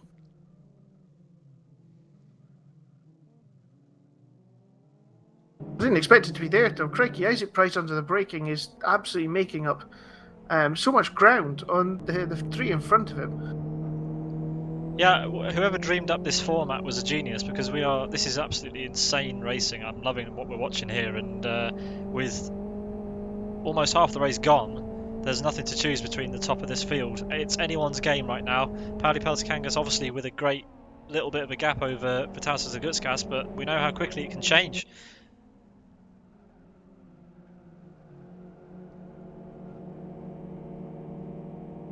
Isaac Price lining up Oscar Hardwick. Oscar with a great run out of the final corner. I wonder whether Isaac will be able to get in the slipstream and make anything of this.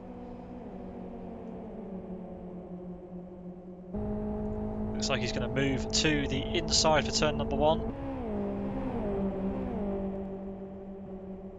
to try and get both Chad Esports cars on to the podium, or provisional podium for race number 2. And yeah, it looks like that move is made. Whether Oscar has anything to say about it remains to be seen, but it looks like, for now at least, Isaac moves up to P3.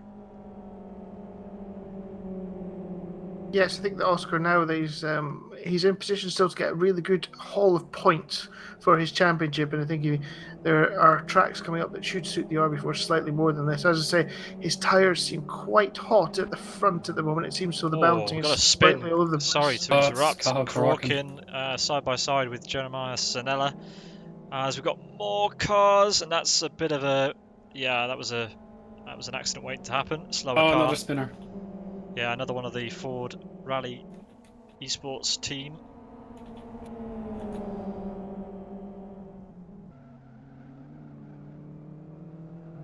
So Crorkin on a bit of a recovery drive now. That's Jari Katila on his right, as well as one of the Last Lap Motorsports cars, Multijutis.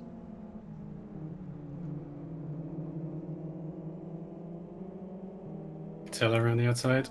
Yeah, Jari Katila, a great move there into the chicane. That was pretty close, but judged it to perfection. That's allowed Crorkin to move a little bit ahead, and he's now fighting with his teammate, Ayoub El Hanouni.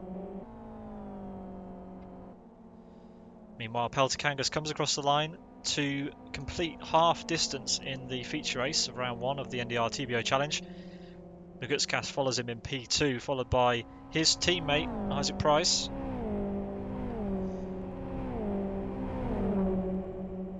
And now look at the battle that Nika Pantola's got himself involved in. That's Sean Lee on the left of Kaike Piroppo.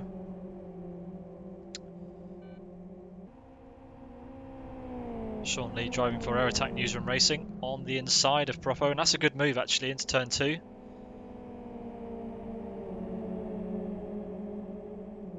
Three XRTs chasing down Nika Pantola's RB4 there. Pedro Picanco at the back of this group now as Sean There Lee goes sends Lee. it on Nika Pantola. Feisty stuff from the Singapore driver here. Bit of contact. Oh, Just to defense back it go on the off. grass. Meanwhile, in the background, Eoin Katila's made it up from P16 to P10. That's impressive. Lee commits to the inside line for the kink, but on the outside for the hairpin, but he's got him. Yeah, Nika's run Oh, wide as well there. Oh, nudge. Nudge against Piroppo, but it's okay. Well, that's Katioff in the background again. He was forced wide by somebody. It might have been... Ooh, who would that have been? Was it Vidoviarts? Conquest, yeah. I think it was, the Conquest car. So Katia had fought all the way back up toward the top 10 from 16th position, and now he's all the way back down again. Yeah, I think he's in P12 at the moment, just ahead of Velinov.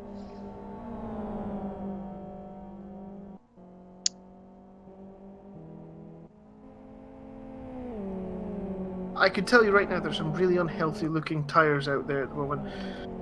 Yeah, well, we're coming up to the distance that everybody did in the sprint race, and remember that there were 2 safety car periods in the sprint race, so plenty of time for the drivers to cool their tyres down during the race, and they didn't have that luxury here. There's only been 1 safety car period so far. Hopefully there are no more, as we've got quite a lot of drag racing going on down the home straight.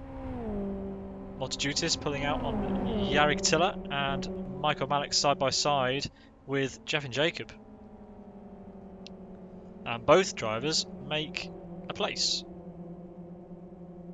Mind you, Jari Katila's coming back at the Last Lap Motorsport car. Good move on the inside there.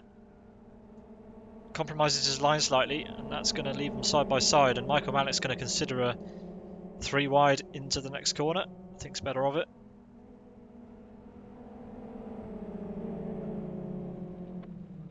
Attila runs wide yeah. again.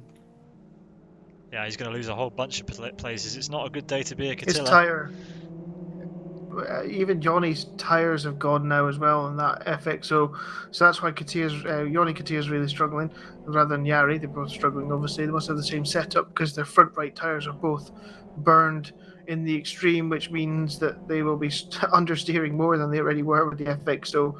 It's not a great position to be in the FXO when you've got a burnt tyre on the one that takes the most load around the track. You basically just can't really do anything. And I tell you what, there's an incredible battle behind. Nico Pantola's in the heart of it again. Bala, Pantola, and who's that? Is that Zanella? And now they're joined by Katia. There's contact there. They're about 4 wide into the final corner. Where on earth has this battle come from? I think Pantola's got massive problems as well with his tires. And 2 of them are pushing on the inside, 2 of them are pushing on the outside. This isn't NASCAR, boys. But okay, we'll go with it. Katia trying to push Pantola past these 2 ahead of him, but I don't think either of them are really in position with their tyres to be going much further up the grid at the moment. I'm confused because Catilla seems to be falling off the track every second lap, but he's still involved in these battles really high up the field. So that just shows you the potential of the pace that Eoin Catilla had, and you have to say that Jeremiah Zanella up into P9, that's an impressive drive in race 2. Katia cutting the first corner, hitting the bollards and getting a massive tank slapper. Yeah, and here comes Velinov. Velinov is going to want to try and get past. I wonder how Velinov's tyres are doing. Not great. Okay, well, yeah, the FXO is struggling clearly. But Nika Pantola's gone. It's just dropping positions as Catilla just sends one up the inside. And that looked quite easy, didn't it? It did, yes. He seems to have, as you say, the underlying pace. But doesn't seem to be able to get the consistency in the mid-pack of them. At the moment. Good grief. Take a glass of water. Hope that's not the start of something. Hopefully not. Velinov now sizing up the back of Nika Pantola. More contact, more rubbing. As Velinov's trying to get past Nika Pantola, and Nico's defending hard. But meanwhile up front, Eoin Catilla has caught up to the back of Daniel Balla already, so he's still on a charge even though his tyres have seen better days. As there's a car ahead, who's that? That's Zanella onto the grass, goes defensive on Balla. This is going to allow Eoin Catilla to have a bit of a run on both of them. Daniel Balla moving up to P9 then, if he can hold it. And it looks like Catilla's trying to get the inside line done on Zanella here. Sorry, yeah, the inside line. Daniel Balla's got a break.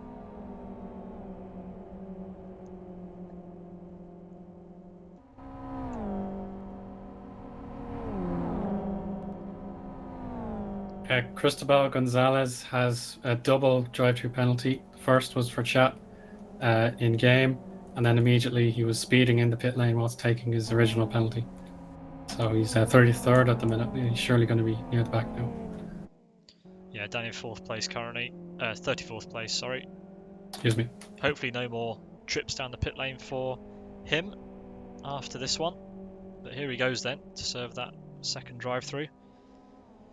Out front, Pauli Peltikangas has got a bit of breathing room to Vitalis Lagutskas, but it is still really close at the front, and Isaac Price is, you have to say, clawing in on his teammate.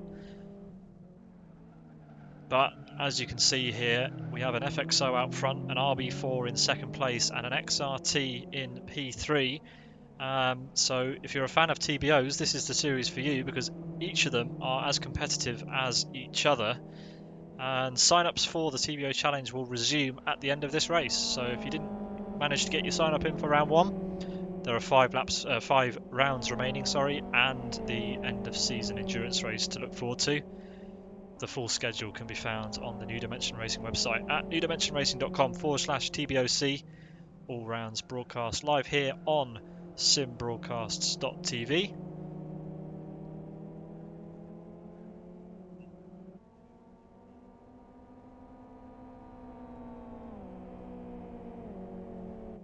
Sean Lee side by side with Oscar Hardwick as we come on to the start-finish. Sean Lee must be really enjoying this. It's been quite a while since he was at the sharp end of a grid this size, and seems to be having a great race as he moves past Oscar around the outside into turn 1. It looks like the move's done. It is. That's Kaike Piroppo also lining up behind Oscar. Oscar started this race in P2, and him and Nika Pantola have not really been able to keep the pace up necessary for them to remain in those podium positions, as now Piroppo trying his luck on the inside down the hill into the infield section of Westhill National.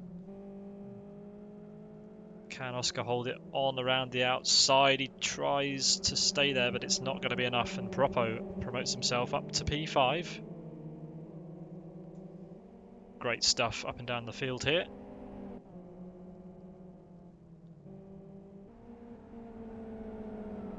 Yeah, Oscar's really now struggling with that front right tyre. Got a car similar off. deal to the... Oh, I've got a car off. Where's the car off? Oh, and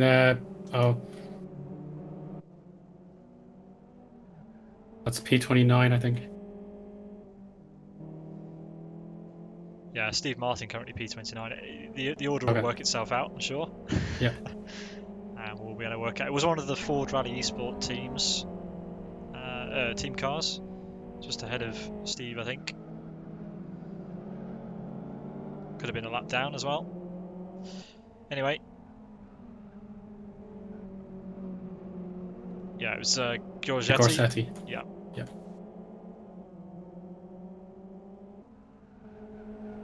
I get the feel that Peltokankas is just managing the gap at the moment. His tyres are sort of coming back to him a little bit. It's still quite warm on the front right tyre, but he's managing to hold the gap to the two behind him, the two Chad Motorsports, or whatever they're calling themselves, cars. Oh, and Isaac Price is on the grass. So Yeah, that he's doesn't help trying his out the RB4 line through turn 1. That's not going to work for you, Isaac. Trying to follow the car ahead of you.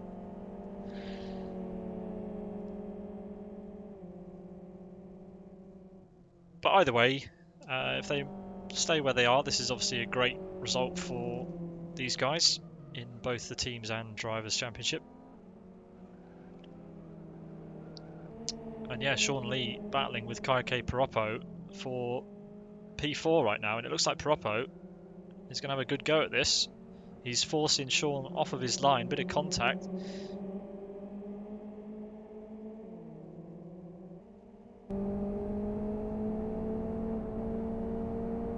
But Sean is doing everything he needs to do just now to stay ahead.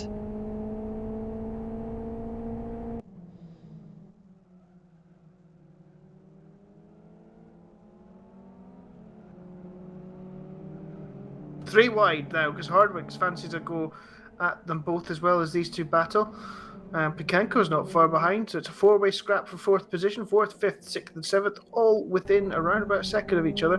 Lee bouncing over the chicane ahead of Piroppo. Both of them come out. Lee putting his hazards on. Don't know why he's doing that. He's just saying hello. Hello. So Pikanko's dropped back slightly in the chicane and the accordion fight, but can Piroppo have a go at Lee? And can Hardwick, who's struggling still with his front right tyre, have a go at them both? Looks as though Hardwick's got the best run there.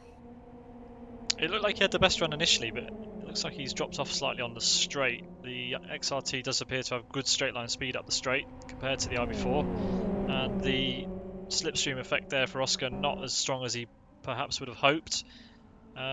Looks like Eoin Katilla's managed to get himself back up into the top 10. He's all over the back of Vidoviarts right now. Daniel Balla just behind him.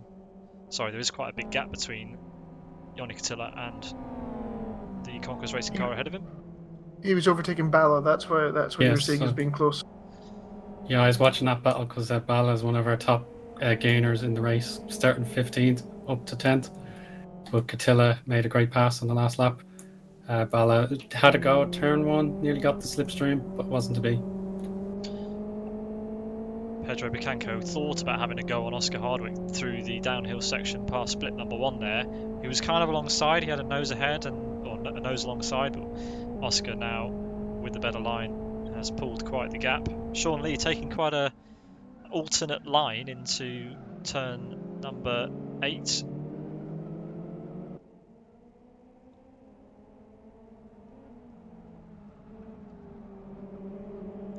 Maybe trying to fend off Propo. Maybe he doesn't want any of that slipstream being given away.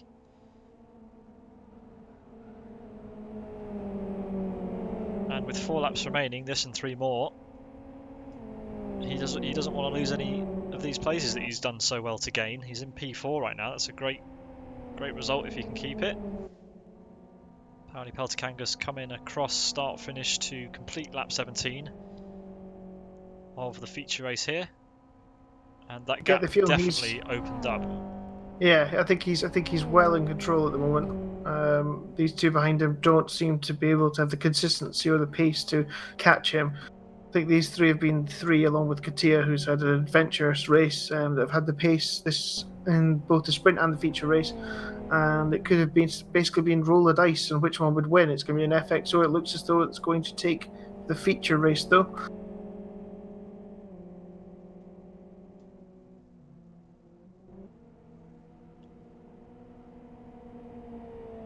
Yeah, so an RB4 currently in P2. I'm sure the organisers, Dimension Racing, will be very happy to see a good spread of cars and potentially 3 different cars on the podium.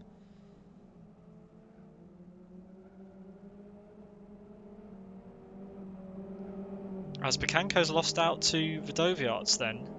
Pikanko down to P8. Vidoviarts slipped through, so potentially some contact between Pikanko and Oscar Hardwick. But now Eoin Katila is going to be chasing down Pikanko with that burning front right tyre, hoping to make up one of the places that he lost earlier in the race. 36 cars still running here in the feature race.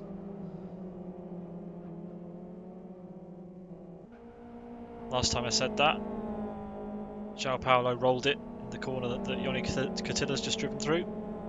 So hopefully no repeats.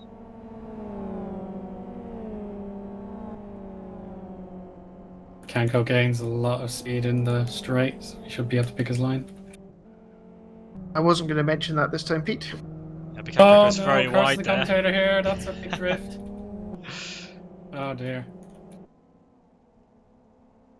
Well, you weren't wrong. He should have picked his line better than that. Just got it all wrong on the braking, and somehow he's been able to draw back alongside on the straight. The XRT definitely has the legs on the straight, and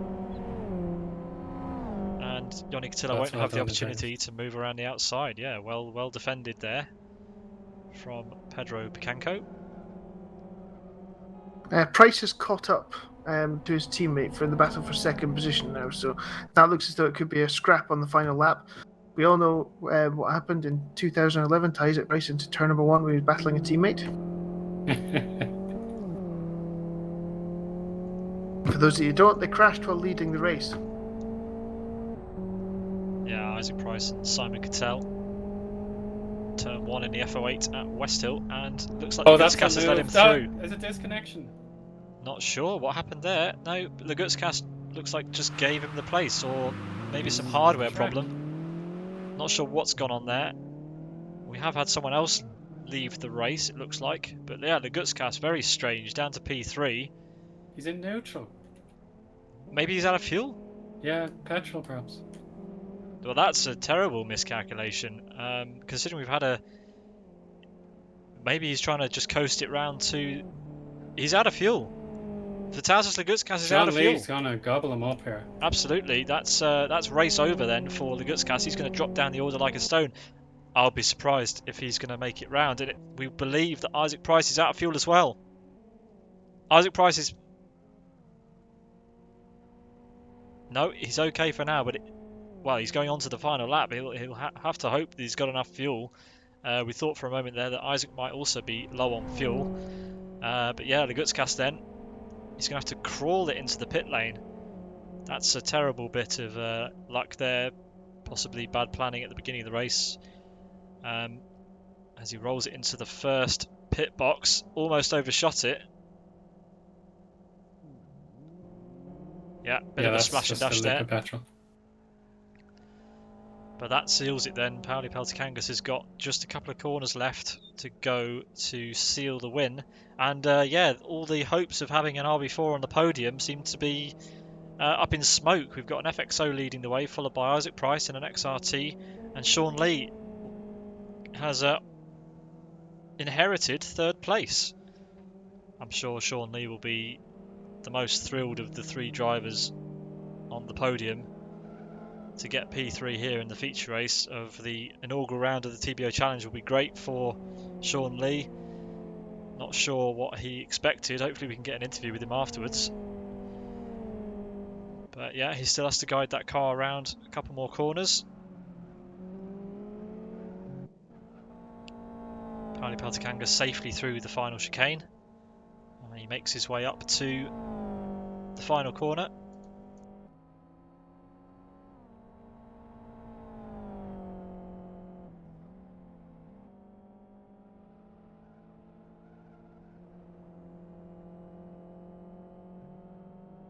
So Peltikangas comes around the final corner, just needs to accelerate now. Yeah, absolutely no problem at all. What a victory for Peltikangas in the feature race. He's going to taunt the victory with the weave and across the line. Well done. Absolutely excellent stuff, and well done to Isaac Price takes there. second. Bit of a big gap now, isn't there, for P3? And look at Sean Lee as he weaves in celebration. I'm sure he's really enjoying that. Across the line, well deserved for Sean Lee. Pedro Picanco crosses the line. Sorry, Kaike Piroppo crosses the line in P4, followed by Prasmek Bedoviarts for Conquest Racing. Oscar Hardwick has to settle for P6, having started in P2 and got that great start to jump past Nico Mantola, who crosses the line in P12. Daniel Balla for Race Green, a good second race there, P7. Jeremiah Sanella, he'll be happy with P8, I think.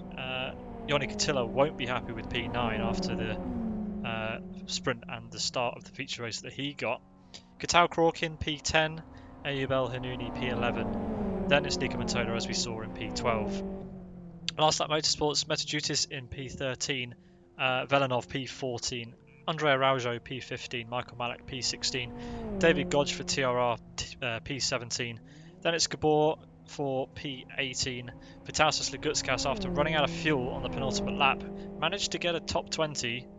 Finishes P19 on this occasion, so some head scratching to be done ahead of the next round, I believe. Jared Mead for Angry Angus Racing rounds out the top 20.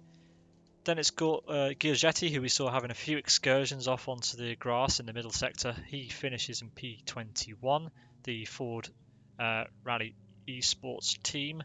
Then it's Steve Martin in P27. Sorry, I've skipped a few people there. Magic P22, Jeff and Jacob for Race Green P23, Jürgen Weber P24, Owner Abar in P25, Simonas Talkavicius in P26, Steve Martin P27, Yari Katila P28, Timu Soini for World Class Lines P29, Sigitas Sakis in P30, managed to finish this race. Then it's David Balath P31, Chessida P32, Cristobal Gonzalez P23, and Lucas Wilson, the final finisher, in P34.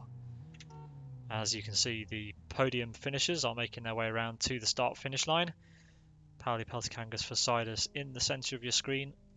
Isaac Price for Chad Esports on the right. And I wonder if Chris or Owen can tell me where Sean Lee is. Did he run out of fuel on his final lap, or is he just taking it easy to the finish line? He's on his way just this second now. Here he comes. Yeah. Well-deserved podium there for Sean Lee. Bit of a flourish to the finish. Very nice. And there's your podium for the feature race. Fantastic racing this evening. I've thoroughly enjoyed round one of the TBO Challenge 2020. Hopefully Chris and Owen will be able to echo those sentiments. Yeah, here.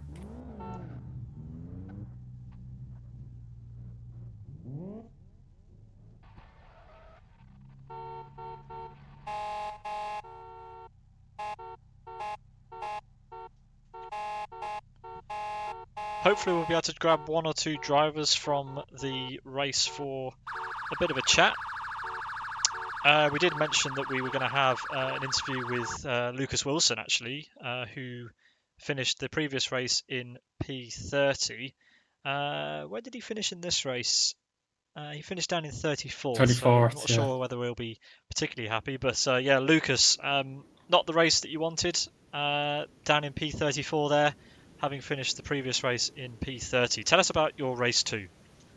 Well, the start, I think it was okay, but then cars just kept going past me, and I was just like, okay. So I just kept going. I didn't actually pit in the end because I was looking at my front left because that was what I was most worried about, and it didn't actually look too bad. It didn't look good, but it didn't look too bad, and I thought I would have lost more time in the pits. So I decided to stay out, and I was just losing time from that, and I just thought, let's just stay out. Like, I'm going to lose this race anyway. What's the harm in staying out? So I just stayed out, and I don't know why you just stopped there, but yeah, and yeah, I know. I was more just focused on being consistent, really, not losing too much time and stuff. And yeah, I was just driving in my own world, really, just not staying out the way, not causing issues, basically. Fair enough. So what do you think you need to work on ahead of the next round in a couple of weeks' time?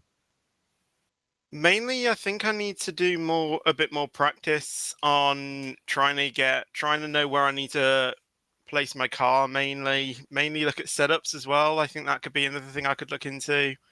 Just seeing if I could maybe put a bit more downforce on there, and just practice really. Well, the next round is on the 25th of October at South City chicane route. So a South City combo with up to 40 cars. Are you looking forward to it? Well, I haven't done any practice on the track, so I can't really give you the answer to that. But after I've done a few laps, then maybe I'll. I mean, I'm looking forward to the race, but whether I'll like the track is a different story. Okay, well, either way, we wish you luck for the next round. Thanks for having an interview with us, and Yeah, no problem. thanks a lot. No problem. Let's have a chat with Isaac Price. Hi, Isaac. Hello. Hello. Quite a regular in the Sim Broadcast commentary box recently, haven't you? So, race 1, that was a fantastic race. You had to lead 2 safety car restarts, which you did to perfection. Talk us through race 1. How did you enjoy that one? Well, yeah, it was really nice because obviously, usually when I've been doing these races, I haven't been getting pole position. So obviously, getting to start from the front, especially with a car that actually has a good advantage at the start as well, kind of made it quite comfortable. Yeah, the only bit really was just getting the restarts right and not making any mistakes. So yeah, this first race was relatively straightforward after qualifying. It was my lap in quali, I think, was really good. Like, it was quite high wind, and I still was only like 2/10 off my PB, whereas the others were like kind of 5-6 tenths off. So yeah, I was quite happy with that. Yeah, you always seem to be able to pull a very consistent fast lap out of the bag in qualifying. It's one of your trademark styles, it seems. Race 2 didn't go exactly your way. The start looked really, really challenging. You dropped a ton of places in the middle of it, and then managed to get back up to P3. Talk us through race 2. Yeah, obviously there's a lot of action going on, and I kind of just got a bit wrong-footed, I think. And also, I think the XLT, it's quite fast in Sector 1 and Sector 3, but it's not very clever in Sector 2. The FXO is better in corners, and the four-wheel drive helps the RB4 in the low-speed corners as well. So, yeah, kind of when you get a bit of a box effect, it makes you a bit of a sitting duck, and Yoni managed to get a run on me into the fast left-hand kink, and you can't really go too wide through there, so I backed off, but it caused a chain reaction that kind of led to me losing, I think, 3 places. So yeah, I had to kind of work my way through, and obviously the tires get really hot, so you don't want to do any kind of lunges or anything like that, because your tires can heat up like a few degrees when you do that, and suddenly you've got way less grip than you anticipated, and you have an accident. So I kind of tried to just wait my time, wait for the right opportunity, and take advantage of it, and that's pretty much what happened. But I wasn't able to do anything about Botsy. He was way too fast. It would have been a good race with Vitautas, but unfortunately he ran out of fuel. So Yeah. I think that one was going to be quite tasty for the last couple of laps. But yeah, I could tell he was like saving fuel, so I was just kind of waiting for the moment where I could pass. Yeah, a bit unfortunate there for your teammate. You had a great result in race 1, obviously with the 1-2, and then it looked like you were going to be on track for double podium as well. And yeah, unfortunate for Vitautas there, but hopefully something he can get sorted for the next race at South City in a couple of weeks' time. Yeah, I'll have to work out fuel for him in future. See, math isn't his strong suit, it seems. Okay, brilliant to talk to you again, Isaac. Well done on P number 2 here. And we hope to see you in a couple of weeks' time at South City. Thanks for your time. Yeah, see ya. Next in the commentary box, we'll have a chat to Aerotax Nova. Hi, Nova. Hello. Hi, Pete. You must be absolutely thrilled with that P3. Yeah. To be honest, I have no idea how I've got here. I started P8. Start was all right. Getting held back a bit by the cars that couldn't get past. I think was Oscar. Right, he was the cock in the bottle for everyone. The car itself was a handful, as it is with the rear-wheel drive. But yeah, I'm absolutely chuffed with that. I still do not know like where the pace came from, but I mean, I'm not quick, but I mean, it's third place. It's fantastic, actually. Absolutely. I mean, you were gifted third place by Vitautas Lagutskas running out of fuel on the penultimate lap. You gauged your fuel perfectly, of course, and yeah, very well deserved P3. I want to ask you, what do you make of the format of the TBO Challenge? How have you enjoyed your first round? Yeah, it's been quite good. The formation map is actually quite it's a good variable because you get the different kind of tire warming from different people. The different cars as well. Like the start, your launches will be a bit different. Like for me, I tuned my first gear to bite quite early, so I get a better launch, which I think helped me off the start. I got past two of the SFGs and sorry XFR, and yeah, the format for the after the formation that was fine. The safety car was, I mean, the curbs could be fixed. But I mean, hopefully there won't be curbs in South City. That would be horrid. But yeah, format is fine for me. Yeah, I don't think we'll be seeing any curbs or anything being added to South City. But well done again for P3. We hope to see a similar performance from you in a couple of weeks' time at South City. Thanks a lot, Nova. Yep, thanks too. So just before we do our final interview of the day, folks, Chris and Eoin, who do you think your standout performance of the day was?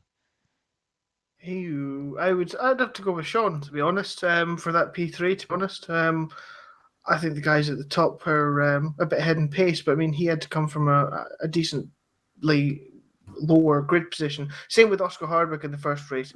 I think a combination of those two fighting their way through was very impressive today, I thought, personally. And okay, Oscar clearly had tyre issues that dropped him back in the second race to sixth again, but you know, he had two very good performances there, as did Sean. So I think those two combination, great stuff. Oh, Yeah, what about absolutely. yourself? Yeah. Sorry, Eoin. Yeah, Isaac was the king of the hot lap. I have to praise him for that, collecting a lot of points for his efforts. Daniel Bala was the guy I wanted credit for race 2, gaining a lot of positions off the grid. And I'd echo the sentiments that Chris had for Sean, definitely. I was very impressed with his consistency, apart from his qualifying mishaps. He did very well to recover. Yeah, I couldn't have said it better myself. And talking about Oscar Hardwick, Chris, Oscar joins us now in the commentary box. Hi, Oscar, are you there? Yeah, all good. Brilliant. Looked like an absolutely brilliant start for the start of race number 2, but then it all kind of went a bit backwards, as Chris alluded to. You had a little bit of tyre trouble. So why don't we start with race 1? How did race 1 go? Race 1 went really well. I think P11 on the grid was probably in reality about as well as I could do in qualifying, so wasn't upset with that. And then, yeah, four-wheel drive on the start. Not a lot better than that. Just drove forward, gained a few places, seemed to have slightly better tyres than Nico at the end on that one. And, yeah, slotted into P6, which was great, really, because I think most of the guys ahead in qualifying were about a second quicker. So to be there and obviously sort of make the most of the safety cars, keeping the tyres cool, it worked out really well. Absolutely. And just before we move on to your thoughts on race number 2, how did you enjoy the format in general tonight, the TBO challenge? Obviously, it's been a long time since you've raced in a series in Live for Speed. It's been a long time since we've seen you. Tell us a little bit about how you enjoyed or didn't enjoy, or your thoughts on the format tonight. Really enjoyable. I did a quick sort of practice race, as it were, yesterday in the Layout Racing League, and come today, yeah, it was just really good. I enjoy that there's not really anything in the way of gimmicks. There's no mandatory pit stops. There's just race 1, race 2, a relatively small reverse grid, which keeps the chaos to a minimum. So you're basically out there, and it's about just having to race as close and as hard as you can to the people around you. Try and hold on to positions. And that's a lot of what my race 2 was maybe overdriving the car, holding off quicker drivers and quicker cars. It was really good fun to actually be back in Live for Speed after who knows how long at this point. But yeah, a really good laugh, and almost everyone was really good to race against. So fantastic on that front. Great to hear it from someone who was right at the sharp end of the race. And talking of race 2, you had an absolutely mega start to get ahead of Nico before even turn 1, and then you managed to hold that position for a long time. And I think I'll hand the mic to Chris, who was admiring your performance all the way through the start of that race. Yeah, I can't believe how did you manage to out-launch a fellow RB4 like that? Do you think it was just purely that Nico had a slightly dodgy gearing setting, or what was that? That was unbelievable. I didn't expect that. Yeah, I'd put it down to gearing. There's talent. Talent. I've just got cat-like reactions, and Nico's reactions are terrible. That's what it really comes down to. No, I imagine it is down to that first gear. Mine was very short, but it meant getting off the line was brilliant, and definitely something I'll keep using, because particularly with the likes of Isaac and a few of the other guys at the sharp end, in terms of raw 1-lap pace, I don't think I'm going to get there. Just like the relearning the quirks of Live for Speed and not having the time to chuck into practice and whatnot. It's one of those things where having those good starts and maybe putting myself on the defensive is going to work better for me than just trying to get some of that outright speed. But it was a good one, and yeah, running away at the beginning was great, but I think I just needed another safety car around sort of halfway, a bit after halfway, to cool my tyres back down, because they got a bit overheated racing the likes of Isaac, and I think it was the 98, 97 car, the faster RB4. Trying to hold them off, it just cut my tyres a bit, potentially a little bit too much understeer in the slower stuff, just setup wise, which eventually sort of caused me issues. And then, of course, when you've got one of the other 2 cars that come up behind you on a straight, they don't necessarily even need a particularly good run. They've just got that straight line advantage. So it was good, though. To come 6th was good. I would have liked 5th, but I got a gently, subjective term there, removed from the line on the final lap by the car behind me. So it would have maybe been a 5th, but 2 6ths is way better than I was expecting. Good effort. We certainly had fun watching you. Good to see you back in a series in Live for Speed. And let's cast our minds forward a couple of weeks to South City. How do you think you're going to fare in a field of almost 40 cars around the tight and twisty corners of Live for Speed City circuit? Yeah, trick 1 is going to be survival. Don't get killed or kill anything else, or just crash by yourself, will be the 3 key ones. Worry about pace after that. But again, it should be good. If I can figure a couple of other bits out setup-wise, then you'd think that the RB4 will maybe perform a little bit better there. Just getting off of some of the tighter corners and there not being that much in the way of high speed could really become a bit of a benefit. Hard to see how it goes. I mean, I was never great at South City, however long ago it was that I'd have been racing Live for Speed regularly, so I'm not necessarily expecting to be right the way up at the sharp end, but I'd love to repeat a similar performance to today if I can. Well, you almost preempted my next question with getting off of corners quickly, because of course next round we'll see the introduction of success ballast for the top drivers, and we're not quite sure how much success ballast is going to be on offer. There's going to be a bunch of testing happening between now and a couple of days hopefully before we can announce what the success ballast will be. But that's probably going to affect it's going to affect the cars differently, I think, and I think the RB4 is best set probably to handle that extra weight. So yeah, you'll have to wait and see how your car will actually perform out of corners with that on board. Yeah, But, it's already yeah. heavy and doesn't manoeuvre, so put a bit Yeah. of weight on, no difference at all. Can't, Be can't fine. be too much worse. Thanks for jumping in for an interview with us, Oscar. It's been great hearing from you. And yeah, we'll look forward to seeing you in the next round at South City in a couple of weeks' time. Thank you. Cheers. Cheers. So, gents, let's quickly summarise the first round of the TBO challenge. I think we might be able to bring the mic up on Jonathan Palmer, the one of the course cars today. Jonathan, do you want to say a few words about the first round of the series? Yes, I will. Hello, gentlemen. Very good broadcast today. Thank you all for being here. Viewers, thank you for being here. Racers, big thank you. Oh my holy God, was that crazy to see 37 cars. That was really pleasing to see. That was fantastic racing. That track being busy was great. We're at South City Chicane next. We stewards are going to be busy. I was in the head steward role. Jonathan Provost, race director. I had Zdenek Agash, had Trespasser, and Yaroslav Donalik. Elmo helped us with rescue carring, so big thanks to the admin staff. We stewards were busy.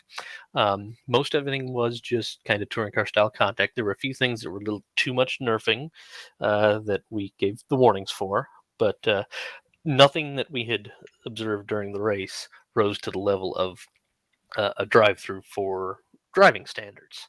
All of our other drive-through were essentially procedural things, but a very good show for this first race. Glad to see everyone seem to have a good time, and we're going to hope to see this 5 more times in the regular season, and then a lovely 6-hour endurance race in December. Absolutely. Yeah, it's been great having Chris and Eoin along for commentary, and Eoin jumping in the commentary box for the first time it's in broadcast. Eoin, how did you enjoy it? Yeah, I had a fantastic time. I love the driving standards up and down the order. A bit of drama with the chicane, and just lots of great work has gone into the balance of performance. Made it for a very exciting pair of races, and hopefully South City will be similar in the quality. That'll be wonderful to see. Absolutely. Jonathan, how are you looking forward to South City in particular with this field? How do you see that going, especially with obviously the introduction of success ballast for the next round for the top cars? South City Chicane course. Yes, I was laughing at the same time. You missed it in race control after the race. We were talking about it, and I was like, "What were we thinking doing round 2?" It's going to be I'm expecting it's going to be quite entertaining. Race of attrition, I think. Yeah, we're going to have ping pong going on. Drivers are going to have to be conscious of space between each other. This, I think, is, and this is one thing we were talking about in the steward's room and race control, that 2-shot qualifying system. We saw a lot of people get their laps done early today, and we saw a very quiet last 5 minutes of the session. I'm thinking we really hope that drivers will realize they can space their stints out. Everyone, please don't go to the last 5 minutes. I don't want to see 30 cars on or 35 cars on the track in the last 5 minutes of qualifying, but space yourselves out. I'm going to think the strategy might be everyone's going to try and get an early session banker clean lap, and then they're going to wait to see what they can do. So we may only see people do 1 lap if they're happy with it. But qualifying's going to be jammed, and then if we have 38 cars, which I hope we do going into turn 1, Chris and Pete, knowing you know this turn full 1 well at from South having City race 6. And those kinks on it's not a straight. They're not corners, but it's still the main straight, and those walls really close in. It's a very narrow lane, and people are going to have to get into order pretty quickly, I think. Yeah, definitely. Thanks for that insight. Chris or Eoin, have you got anything to add or to ask Deco about that? it's just gonna be carnage. I mean, it's going to be a classic sort of touring car race. I think. I would be amazed if we don't have a safety car. So Pete, you might not need to jinx the proceedings for That'd this be one good. because I'm pretty That'd sure be it's good. just going to happen. Yeah. So yeah, I mean, South City Chicane is a classic Live for Speed track. It's a unique track to Live for Speed in all terms. There's nothing like it in any other sim. So let's see what happens. I expect it'll be very entertaining, regardless. I'm wondering if turn 1 or more likely turn 2 coming off of the motorway will end up being quite like Macau's Lisboa. I hope not. Yeah, it could be I certainly be alright. I'm picturing it in my head, and I don't want to because I'm going to be really busy in the steward's room. Well, luckily you don't have to wait too long, Deco, before you won't have to picture anything at all, because it will be live on your screens on Sunday, the 25th of October, from 3:30 in the UTC. Obviously, with the time zones shifting, we will be starting. Is it an hour later, Deco? That is correct. The race will, or all the free practice will start at 15 UTC, which, since you all on the continent change your times that morning, but we Yanks here in America have decided that we're better than the rest of you and apparently go 2 weeks later. Not my problem. I'll talk to Congress about that. But I digress. So yes, the remaining events will start at 15 UTC with free practice. The top 10 in the championship are locked in. They don't have to do anything. We will do a pre-qualifying session an hour before free practice, for if we have enough people to do that. So there will be some information sent out about that in the days to come. Excellent. Thank you very much, Jonathan, for that. And all that's left to say is thank you to our wonderful viewers for tuning in. We hope you enjoyed it. Thanks to our racers. Coming up next on Sim Broadcasts is the Teamwork Racing 2020 Championship, which takes place on Tuesday from 8 o'clock UTC. Sorry, 7 o'clock UTC, 8 o'clock UTC plus 1. That also is at Westhill National without the chicane this time, and that's in the LX6. So if you fancy doing some sprint racing in the LX6 at Westhill National, that's Tuesday. You can join us for live coverage of that here on Sim Broadcasts. Then the week following that, there's another Teamwork Racing round, but then we're back on Sunday, the 25th of October, for round number 2 of the new Dimension Racing TBO Challenge from South City Chicane route.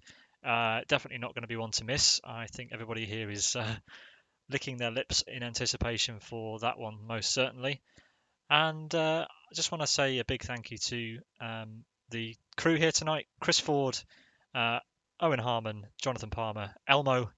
I've been Peter Butcher, and I'll leave you with a little bit of a request. If you've enjoyed watching the racing action tonight, then please subscribe to our YouTube channel. You can follow or subscribe to us on Twitch. We're also on Facebook and YouTube, so you can keep up to date with everything we're doing there. We hope you have a great evening. And yeah, unless anybody else here has anything else to say, I would like to sign off and wish everybody a good week to come. Thank you very much. Have a good one. Good night.